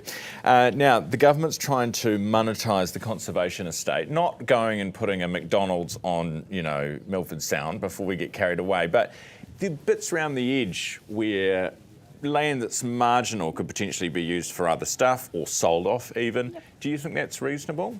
Yeah, look, I mean, I don't have a problem with it. I think that it's a great leap to go to the McDonald's in Fiordland. That's not what this is. This is just progress. And we have to look at managing things in a different way. This brings in some revenue. It's not destroying the environment as far as I can see. It will be managed. I mean, I can't see that the resource consent or anything's all of a sudden going to speed up on projects and it's going to be the Wild West in that situation. So, I mean, I don't see a problem with it. Yeah. Look, I think it seems to be about clearing bureaucratic backlogs. Yeah. And that's got to be a positive thing. And there are already, there are already cell phone towers on conservation land. Interesting, I looked it up. 30% of our country is administered by DOC, and that compares to, say, Australia, which is 20%. Canada, 11 to 12%.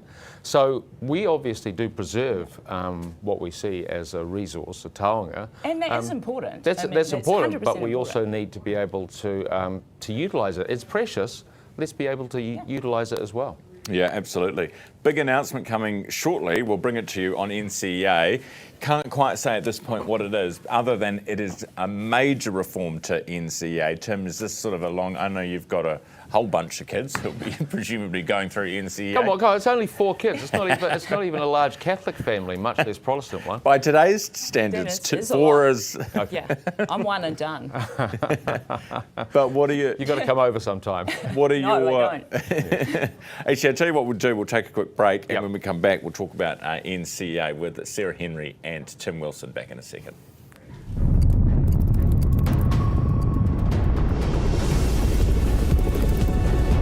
Speaker to the acting Prime Minister, does he stand by all of it? You don't shout out like some bunch of clowns at university. My message to the union is very clear. Don't use...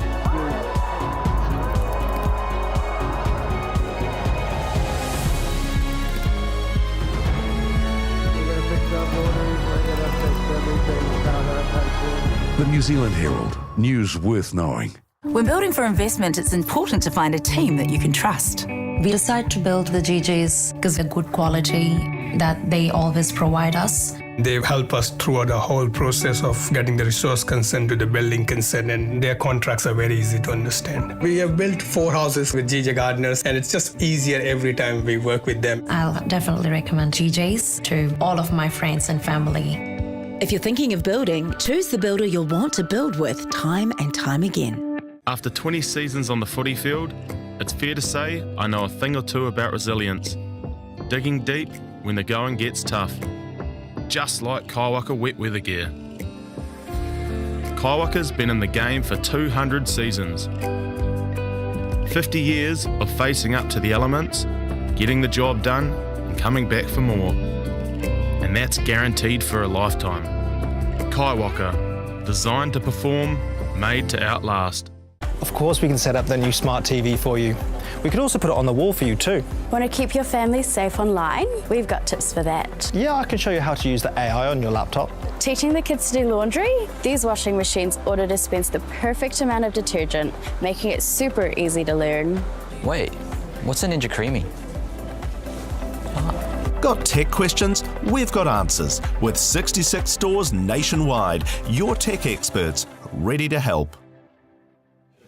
Welcome back. 21 minutes after 8 o'clock. Tim Wilson, the Maxim Institute Executive Director, and Sarah Henry, our Media Editorial Director on the huddle. Oh no, what is it called? The panel. The panel. Sorry, We're huddling in the panel. Yeah, huddling in a panel, huddle. Let's hold hands and talk.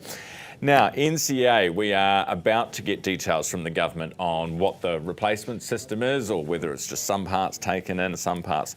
What do you want to see from this, Tim? Well, look, as a father of 4 boys coming through the system, I want to see a massive overhaul. I want to see the end of grade inflation, and NCAA, we've done work on this at Maxim, and educational people serving in the education sector for a long time have said this has actually resulted in a dumbing down of the education system. I need to see the education system smarten up. I need to see a reduction in the size of the curriculum and also core subjects so that I know, and standardised tests, so that I know that our boys are doing well and can continue to do well, and when they stuff it up, let's fix it. Great, you know exactly what you want. Yeah, sorry, you got No, you just no, it's good. hit me. It's good because I mean, and we don't know exactly what will change, but something substantial sounds like. If there could be some clarity, that would help me as a parent. My child is about to go into his first year of NCAA next year. I've been to information evenings, I've read the pamphlets, I've looked at the flow charts. I still don't You're none the wiser, yeah. I am like, how does this work? And again, it seems to be so broad and so vast, and you get bits for this and bits for that. And I'm like, just give them a foundation to move forward. Because like I keep saying to my son, this actually all gets superseded the more you go through your education, you know? So let's give them a solid foundation to move on from in whatever way they choose. And there might be other stuff that your child is interested in. Guess what? They can learn about that after school. Yeah. You know what I mean? And they will. And let's not use it to game the system. So it's like, oh, this is my credits. Does that actually, does backpacking in Fiordland to the McDonald's actually... Or one the other day I saw was you must have knowledge of the inner workings of an espresso machine.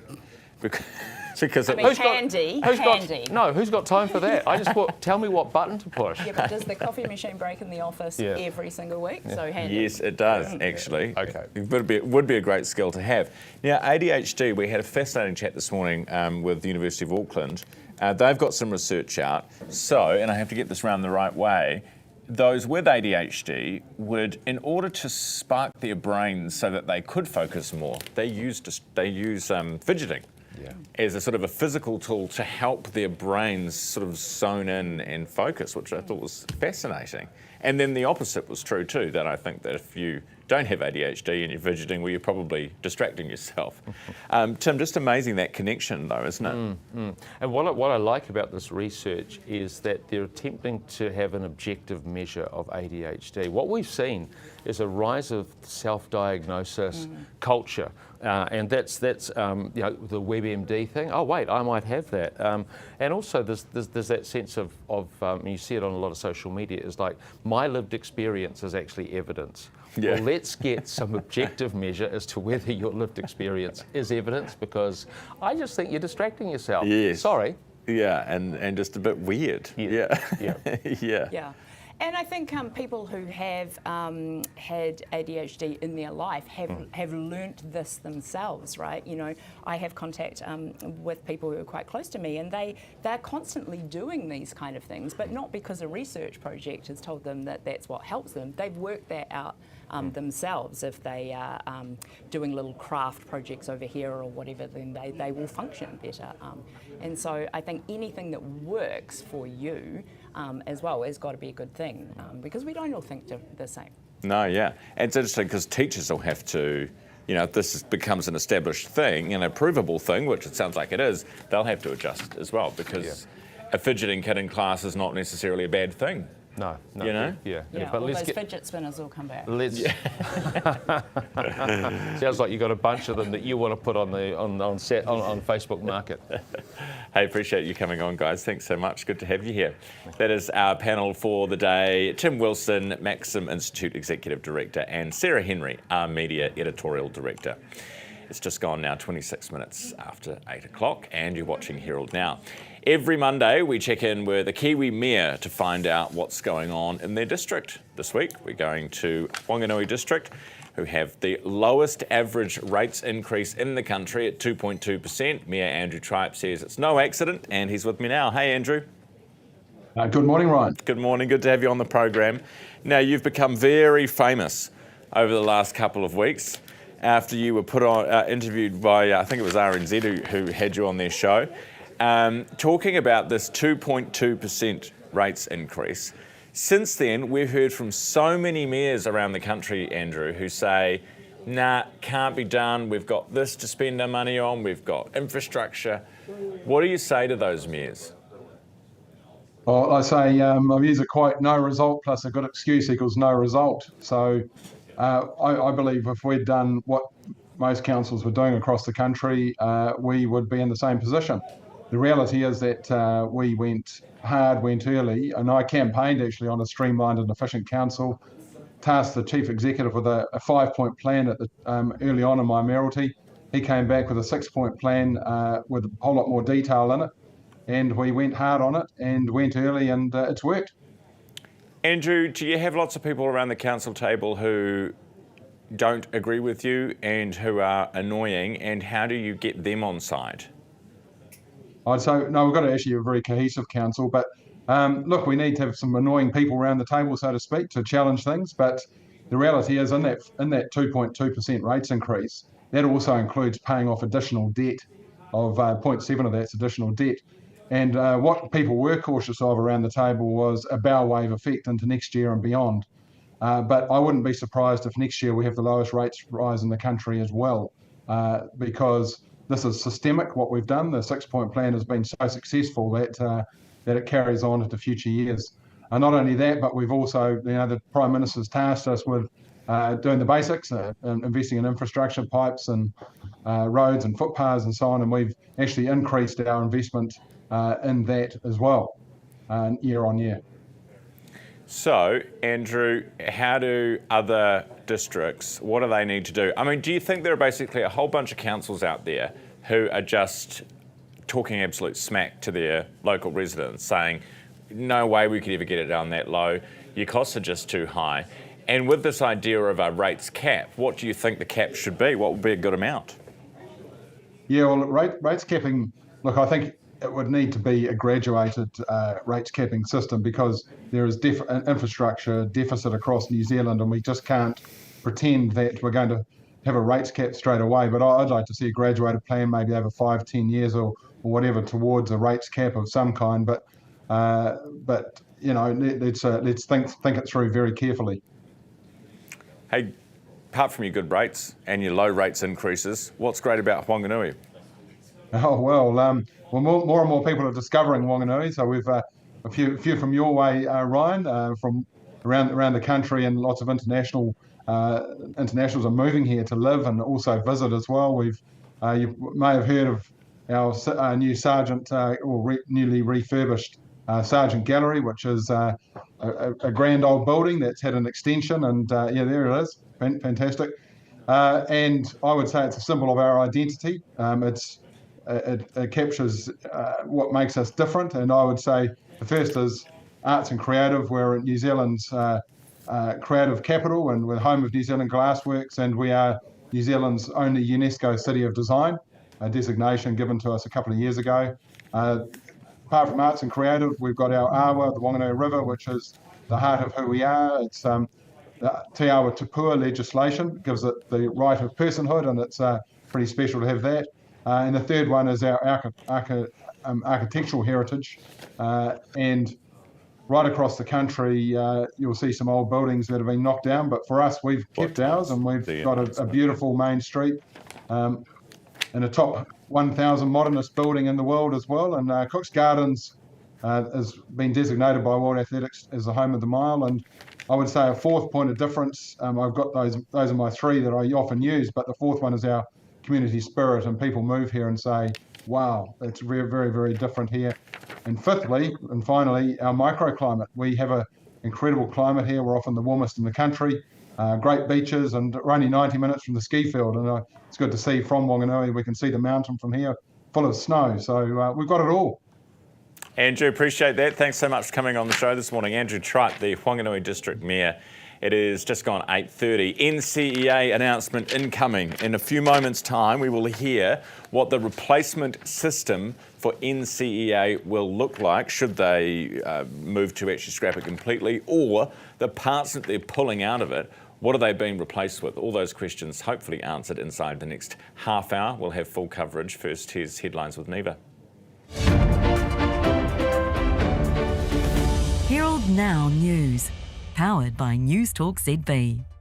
A 15% tariff may just be the beginning of US trade manoeuvring when it comes to New Zealand. President Donald Trump unveiled a surprise 5% hike on the 10% tariff initially proposed. Trade Minister Todd McLaren will venture stateside in coming weeks to negotiate with US officials. Former US Ambassador and Trade Minister Tim Grosser says we're at the beginning of a lengthy process and doubts there'll be much reward. This is highly likely to be a flaw, unfortunately. In other words, there is every possibility of some additional tariffs being put on the top. A major announcement on the future of NCAA is expected to be imminent.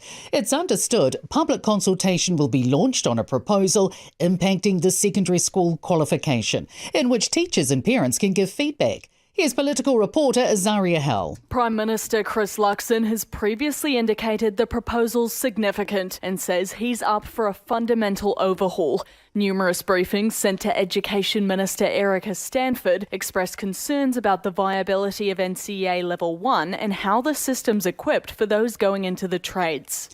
A woman has been charged after a toddler was found in a suitcase on a bus.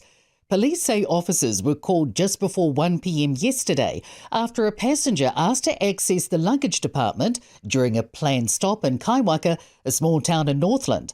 Detective Inspector Simon Harrison says the driver became concerned when he noticed the bag moving and found a 2-year-old girl.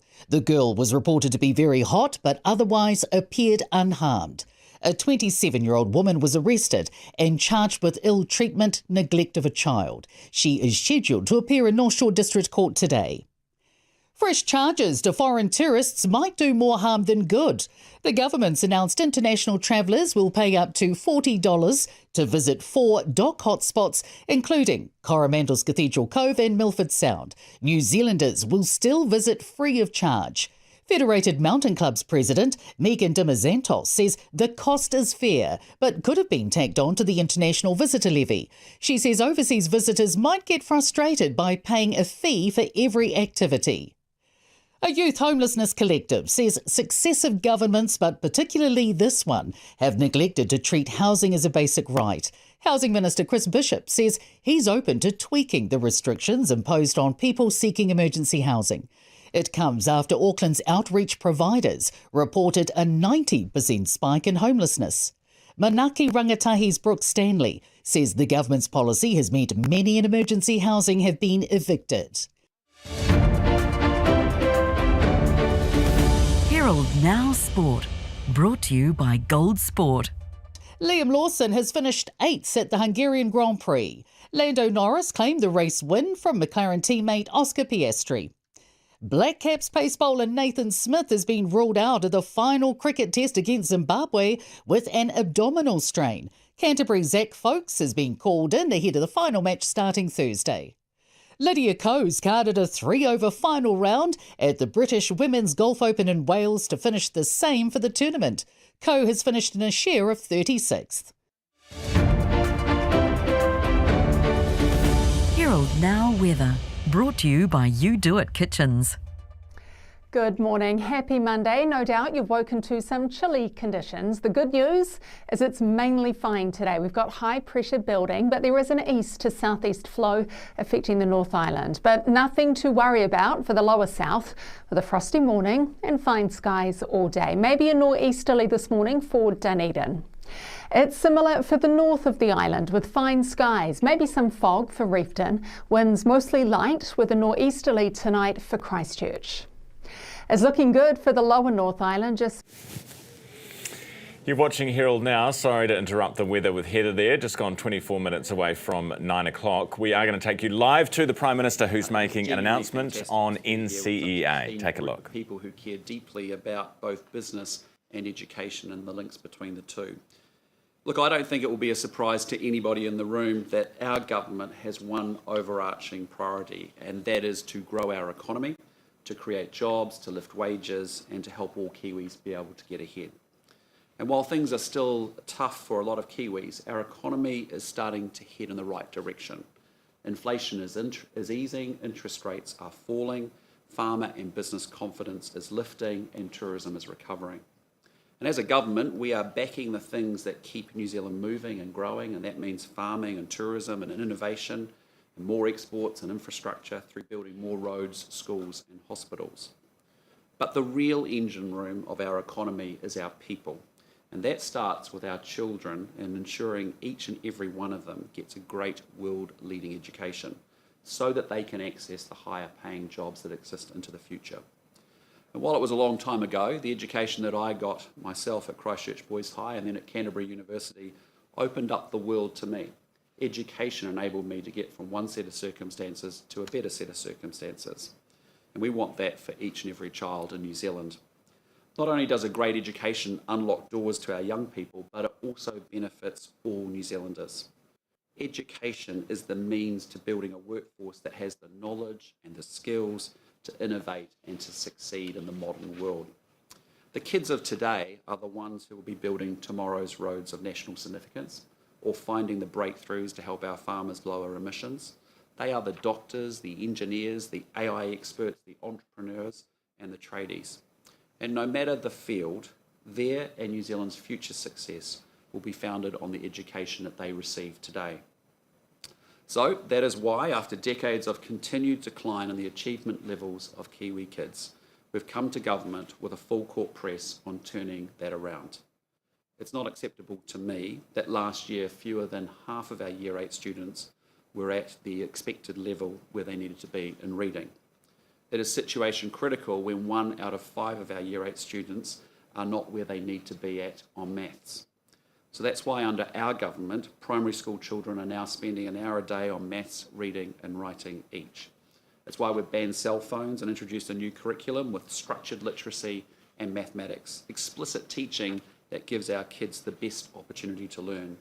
It's why we've introduced phonics checks and clear and concise reporting to parents, and it's also why we invested a record $700 million into support for children with additional learning needs and put an end to open plan classrooms. Our Education Minister, Erica Stanford, has been doing a fantastic job, and I'm absolutely thrilled to be with her today to announce our next step to ensuring that our kids are equipped with the skills that they need to succeed. Today, the government is announcing that we are proposing to replace NCAA with a new national qualification that better ensures our young people are ready to take on the world. As a parent, I'm familiar with the challenges of NCAA. The evidence shows that it's overly flexible, can be hard to navigate, and it doesn't always deliver the consistency or clarity that students and employers need to grow. Although well-intentioned, the heavy flexibility in how students can go about attaining the qualification is too often not preparing them as well as it could be for life beyond school. Too frequently, students are choosing subjects simply because they are easier to pass rather than developing the skills we know they need to have the biggest impact on their and New Zealand's future. We want to change that, and our young people deserve the very, very best.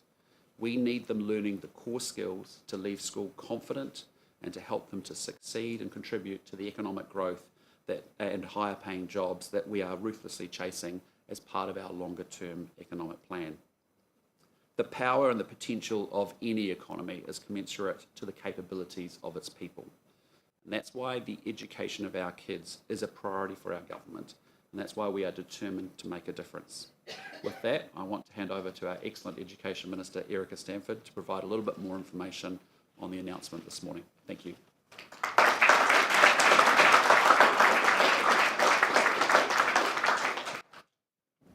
Wow, tēnā koutou katoa ngā mihi nui kia koutou. Good morning, everyone. Can I also start by just thanking Chapman Tripp and Business New Zealand for hosting us here today at this beautiful venue. And I also need to acknowledge my amazing Secretary of Education, Alan McGregor-Reid, who is doing a phenomenal job and some huge heavy lifting for us. And also to Patrick Gale from Rangitoto College, who's been chairing the professional advisory group for me. Good morning. I also need to start by acknowledging all of the teachers and principals across New Zealand who work extraordinarily hard every single day to inspire our young people and do the very best for them so that they can reach their goals and dreams and live the life that they want. I owe those teachers and principals a huge debt of gratitude for what they've done for us so far in our reform package. As you'll know, last year we began a transformational journey to raise student achievement, and to build this world-leading education system. And our work program has been defined by clarity and pace and a whole system approach to lifting achievement. Every government initiative, policy, investment has been part of a very deliberate, coordinated approach to system reform based on the 6 priorities I outlined when I became the Minister. And those 6 priorities have not changed.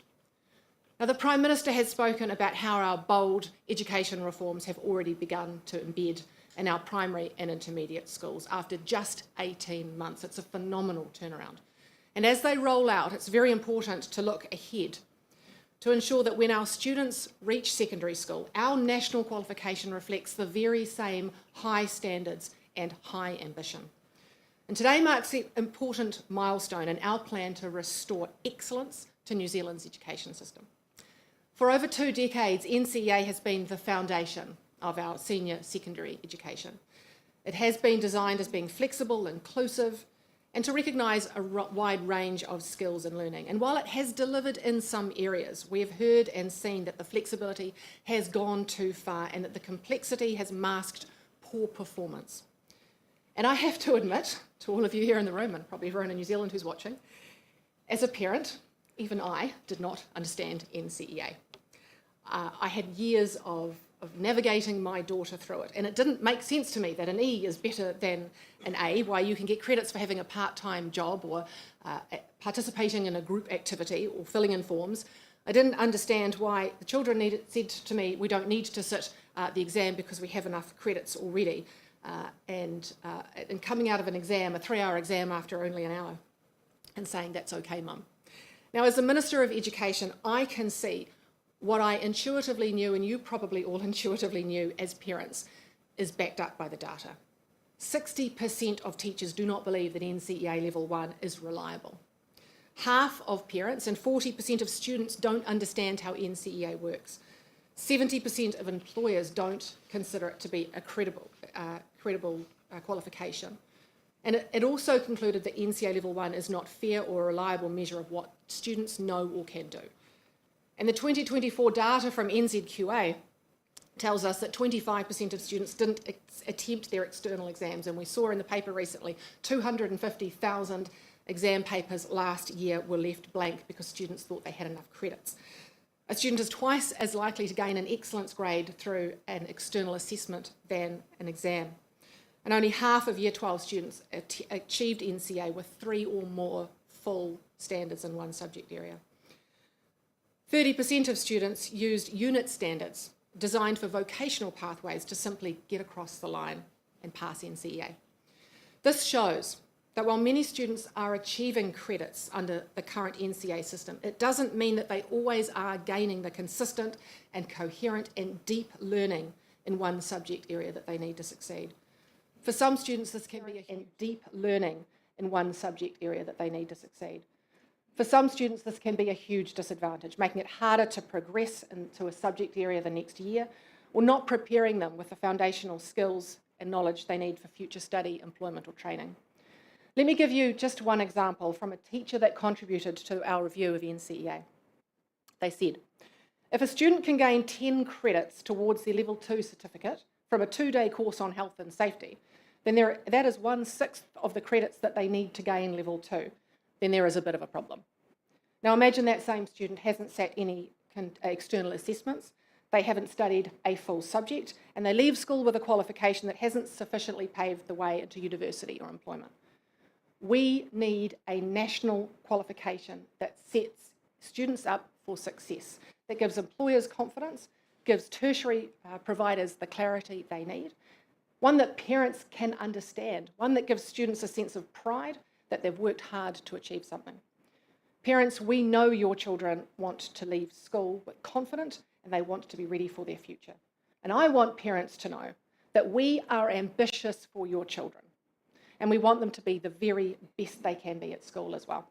And until now, no government has been bold enough to take decisive action in this area, but we are. So our kids get the very best chance to succeed. And today we are proud to announce our proposal to replace NCEA.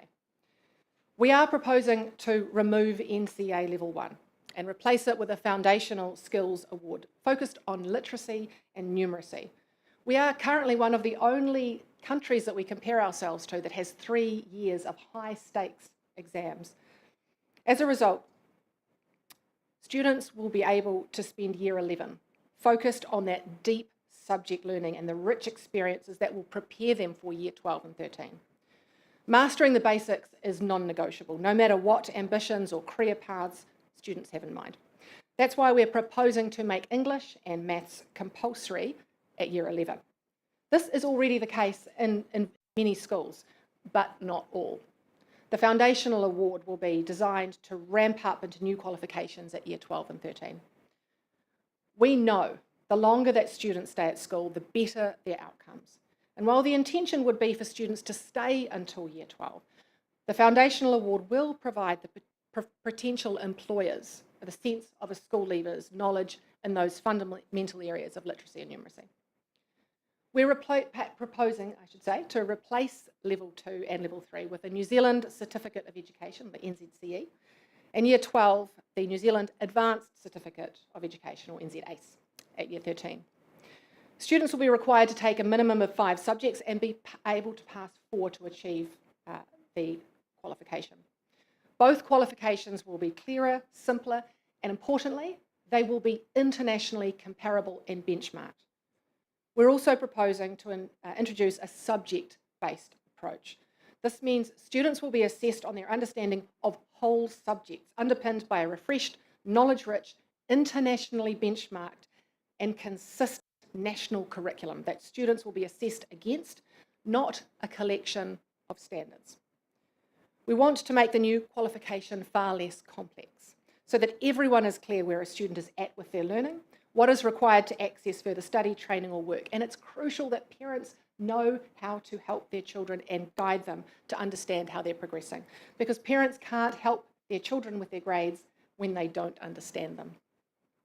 That's why not achieved, achieved, merit and excellence will go. Instead, each subject will have an internal and external assessment that add up to a mark out of 100. And those assessments will align with grades of A, B, C or D. Fancy that. For example, 2 internal assessments and 2 external assessments, for example, with 25 marks each. We want there to be more coherence, more consistency, and more clarity of what students know and can do.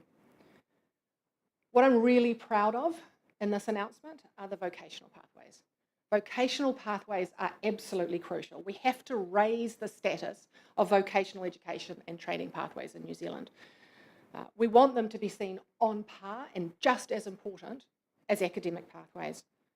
We are producing the next master builder, the next expert tradesperson, the next highly skilled automotive engineer or innovator of agri-tech of the future. Now, our economy runs on skilled tradespeople who are masters of their trade, and vet pathways at school must be strengthened. And we know that industry knows best. And that's why we're proposing to work with industry and trade through the industry skills boards to design very coherent packages of learning and assessment that align with industry and tertiary qualifications, making staying at school relevant for every child, no matter what their career pathway. A student, for example, may sit building and construction subject A and building and construction subject B, each subject made up of a set of highly relevant skills and standards determined by industry. They may also sit English, maths and music to give them their 5 subjects. As you can see, it is totally integrated. More meaningful vet pathways will see students engaged with their learning and staying in school longer. And working with industry will mean that employers, they can trust that students are well prepared for a future career with them. And we want to make sure that our national qualification opens doors for every young person, whether they're heading into trade, university, or straight into work. Let me be clear about what is not changing. We're proposing to keep the best parts of NCEA. We will continue to recognise excellence and motivate students towards receiving endorsements. We're retaining the ability to tailor learning to different pathways, whether academic or vocational, and we're continuing to balance internal assessments with end-of-year exams. They could look something like 3 internal assessments and 1 final exam, exam, and students will be incentivised to participate in all assessments, so every mark is recognised and rewarded, including those end-of-year exams. We're removing the guesswork, we're removing the confusion, and we're removing the risk that a student can leave school with a qualification that doesn't set them up for life beyond school. As I've said, the proposal has been led by some of the country's finest principals. I'd like to sincerely thank my professional advisory group for the work that they've done and the advice that they have provided me over the last 10 or so months. Special thanks to the group's chair, Patrick Gale, who will say a few words shortly. Students who are currently in Year 9, like my son, will continue to receive secondary schooling under the old curriculum and be assessed under the old NCAA Level 1, 2 and 3.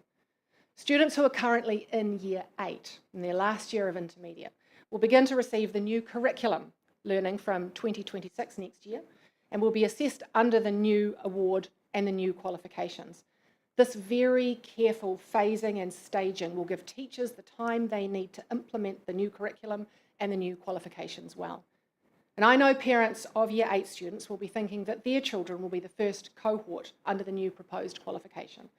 And I want to assure those parents we are planning for a successful, carefully phased and staged implementation. We will work closely with the subject principal and teacher associations to ensure everything is in place for 2028. Sector input is going to be vital to get this right.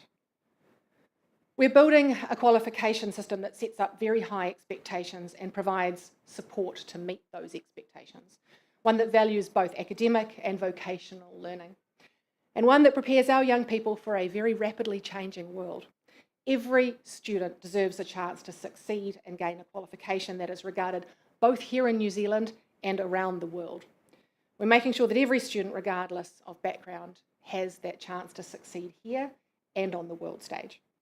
This change is about ambition. It's about raising achievement, and it's about better outcomes for our young people. Parents, I know you are ambitious for your children, and so are we. For the next 6 weeks, consultation is open. We want to hear from as many people as we possibly can, and I encourage everyone to read it and have your say, because this is very important. Education is the great equaliser, and it is the greatest protective cloak that we have to wrap around our young people. And if we want a strong, productive economy with high wages and high standards of living, we educate our kids. If we want to reduce benefit dependency and intergenerational cycles of poverty, we educate our kids. If we want the entrepreneurs, the tech experts, the climate and rocket science of the future, we educate our kids. Your means should not determine your destiny, and a strong, consistent national qualification sets our kids up for success and a better life. This is our opportunity to shape our country's future, and doing nothing was never an option. This change is bold, but it is needed, and we will deliver as we have been in education. That's Erica Stanford, who is the Minister of Education, giving a big fat F to NCAA this morning. The government announcing it wants it replaced. The proposal includes the removal of NCAA Level 1, which is the new Year 11 qualification, requiring English and maths must be taught in that Level 1, plus a foundation award test. Levels 2 and 3 are also being replaced with 2 new qualifications. Year 12 students will study for the New Zealand Certificate of Education, and Year 13s will take the New Zealand Advanced Certificate of Education. Here to unpack everything that was announced inside the last 15 minutes is Chris Abercrombie, PPTA President, with us as much as we can anyway. Chris, good morning. I won't test you on everything, but what's your general feedback on that so far? Well, I think the really important thing to note is the core of NCAA is continuing. It will still be a standards-based assessment. It's going to be based on the curriculum. So that real core that our students are doing today in school will carry on. So that's really good to hear. It's how you make up, how you get to a qualification that's changing, isn't it? So the bits, the sort of grab bag nature of it at the moment will change, but also the marking of those tests, and even things like, you know, the percentage mark is back. Yeah, so what's it's interesting to go that way. I think one of the key things is that it can't be based on and we've been told it's not, based on the old bell curve. When I did school cert and bursary, the design that 50% of the students would fail, so you scaled. We've been told that won't occur in this. It'll be standards-based. It'll be based against the curriculum standards. So we've just got to make sure we get our curriculum sorted, because that's still not sorted yet. So that has to come first. Right, so curriculum is job one, and then it's working out what's going on with all this stuff. When you say the bell curve, so measuring against a particular standard, this is where you must get to, and if you get past that, then you get a tick. If you don't, you get a cross, as opposed to how well did you do in comparison to your peers? Yeah, exactly. So NCAA right now, standards-based. This new proposal is standards-based. Do you meet the standard? Can you write an essay? Can you do a science experiment? Those kind of conversations there, and then you get a grade for that, and that will make up your grade for your subject, which seems to be the real goal of this, more subject coherency, which was always one of the criticisms of, particularly since the realignment of NCAA. For teachers, does much change then? It doesn't sound as drastic in terms of what happens in a classroom day to day as it might do on the press release. Is that fair? I think there's going to be some significant change, particularly around making sure we have that subject specialist knowledge. But actually the biggest change is probably going to be in that vocational pathway. It's something that we've been sorely missing in education in New Zealand. It's very haphazard. It's based on, do you have a polytech in your town? Do you have businesses that are willing to support the school? And so to have a real national consistency, that's going to be a significant change. It's going to take significant resourcing to get that done right.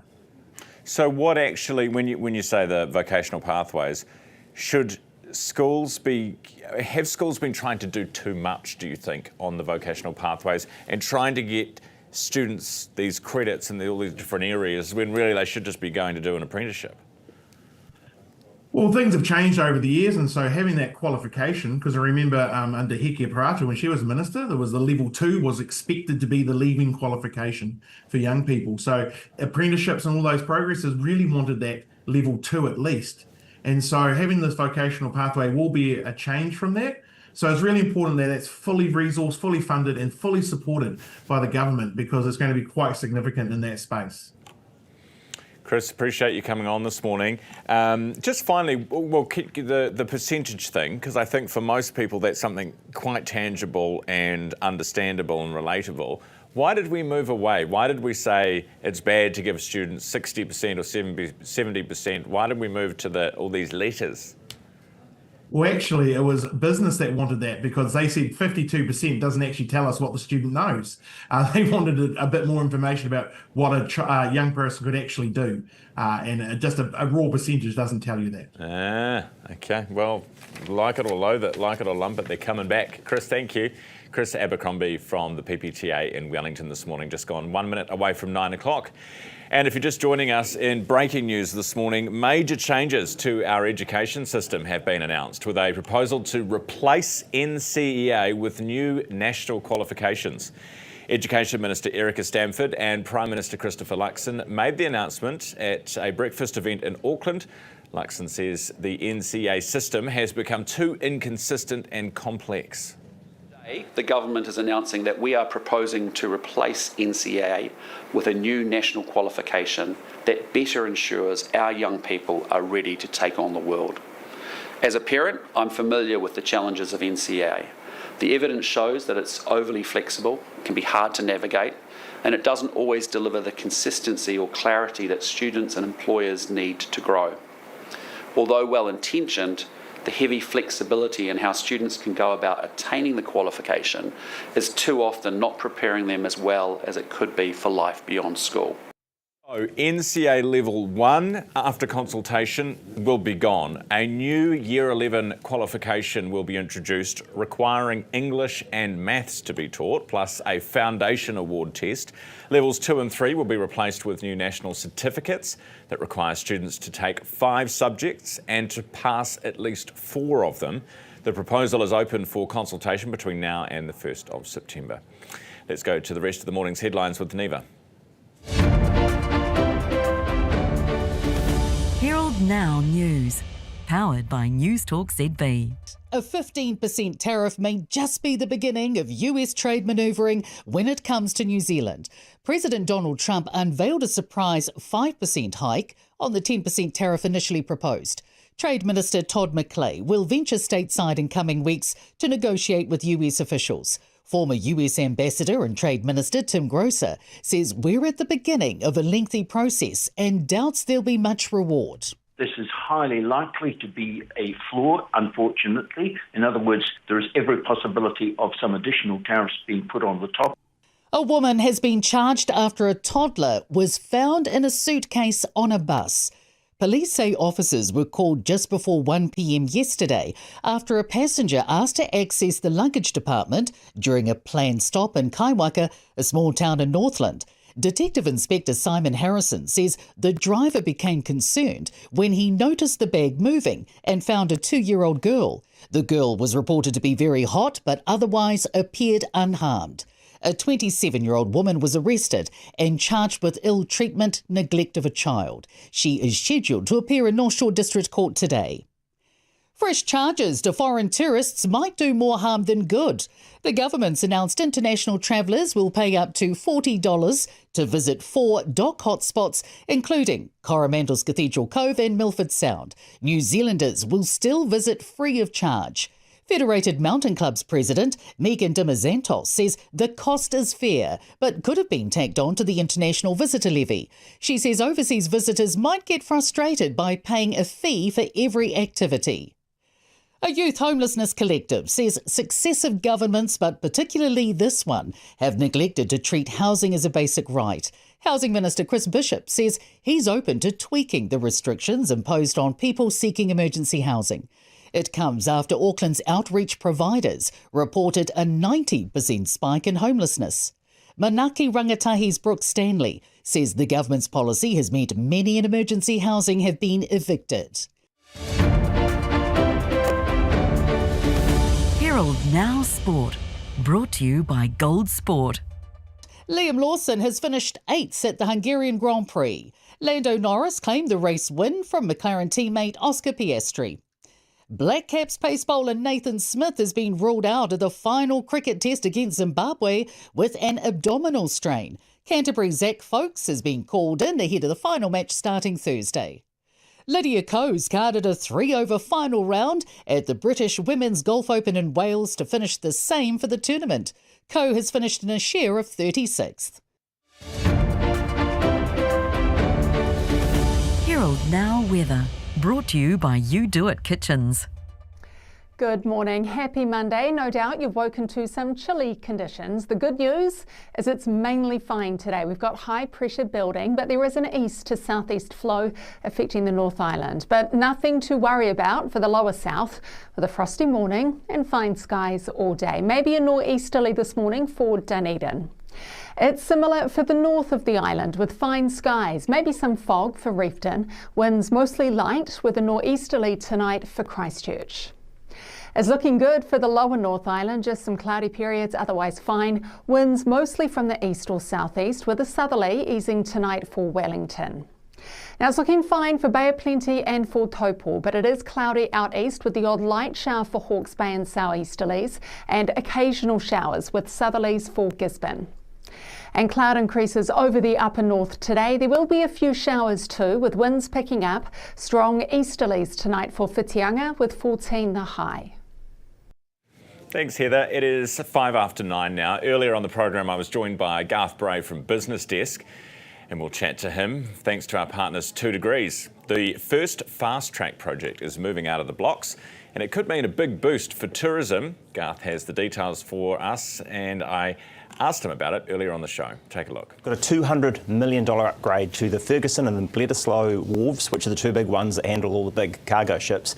And we got news just before the weekend, Business Desk cracked that one first, around this being the first of the 149 projects that have been through that fast track process and given conditional approval. I think there's still a couple of weeks for people to chuck a late bid in and say not so sure about this. But this effectively means they can double or more than double the size of the cargo ships that would come in. it would mean also bigger cruise liners, which of course means more of those cruise ship passengers wandering around the bottom town of Auckland and shopping up and spending up. And I think the economic analysis around this, and it's always a bit of a guess, they were sort of saying if we can do this, there's out to sort of the next 30 odd years, there's about $2 to $5 or $6 billion worth of economic uplift from this. So a lot of money back for spending quite a bit now. They had to negotiate a few little things along the way. I think they had to go back and make an extra application when they didn't have enough info about how they were going to handle finding little blue penguins there if they were busy building. But this is part of quite a substantial upgrade to the port. All right, and we're going to fight over nappies. That's right, in court. So this is Zuru, the Mowbray brothers, Matt and Nick, sort of arguably our richest business people in the country. I think some people say worth about $20 billion. Are off to court, the High Court in Auckland today, for a 4-week civil proceedings against a former business partner. This is a company that created a nappy brand called Rascals, which probably anyone with an infant will know all about. Yes. And they knocked out that brand knocked out Treasures because basically they were able to manufacture more cheaply in China, so Treasures quit the market. Some other business interests, including a chap, Kirk Penny, if you're a follower of basketball, was involved in that, looked at buying Treasures, and the person who'd sold Rascals to the Mowbrays, to Zuru, is allegedly told them some stuff and leaked a few business secrets. He defends that vigorously, says, hey, the nappy business just isn't that complicated. But the argument there is that somehow there's been a breach of confidence, and so the Zuru people are taking him to court. And I guess any time you've got the biggest Richies on the rich list, you're always going to pay attention to what's happening there. Absolutely. Now, much smaller than Zuru, but little on the line exporters are about to be hit quite hard. Yeah, right. So we all know about the tariff, 15% tariffs. and the rest. Well, partly that, but it's also, there's this customs-free rule in the US where if your package is worth under $1,300, it goes in duty-free, tariff-free, all that kind of stuff. Trump signed an executive order last week cancelling that. So that means if you're, I don't know, some high country farmer trying to do a bit of a side hustle selling merino scarves, your $100 US scarf has now got $15 worth of tariff and another $6.70 in import duties, plus you've got to do all the paperwork. So it's gone up 20%. They're estimating these tariffs are going to cost the average US family across the board like another $4,000 a year, or even $4,000 a year poorer as they face higher prices. So this is a real crunch for some quite small businesses that are now caught up in a complicated bit of extra paperwork. Yeah, never mind all the rest of it. It certainly sounds like it. It does sound like it. That was Garth from Business Desk with our partners 2 Degrees on the show earlier this morning. Time now is 9 minutes after 9, and that's it for us for today. Thanks so much for watching, everyone. We'll be back tomorrow from 7 o'clock. Of course, for more news and reaction to those NCAA changes announced this morning, head to nzherald.co.nz. Quick thank you to our partners, Forsyth Bar, You Do It, Barkers, Max, 2 Degrees, GJ Gardner, Dilmar, and of course Noel Leeming from the team at Herald Now. Thanks so much for joining us. We'll see you tomorrow.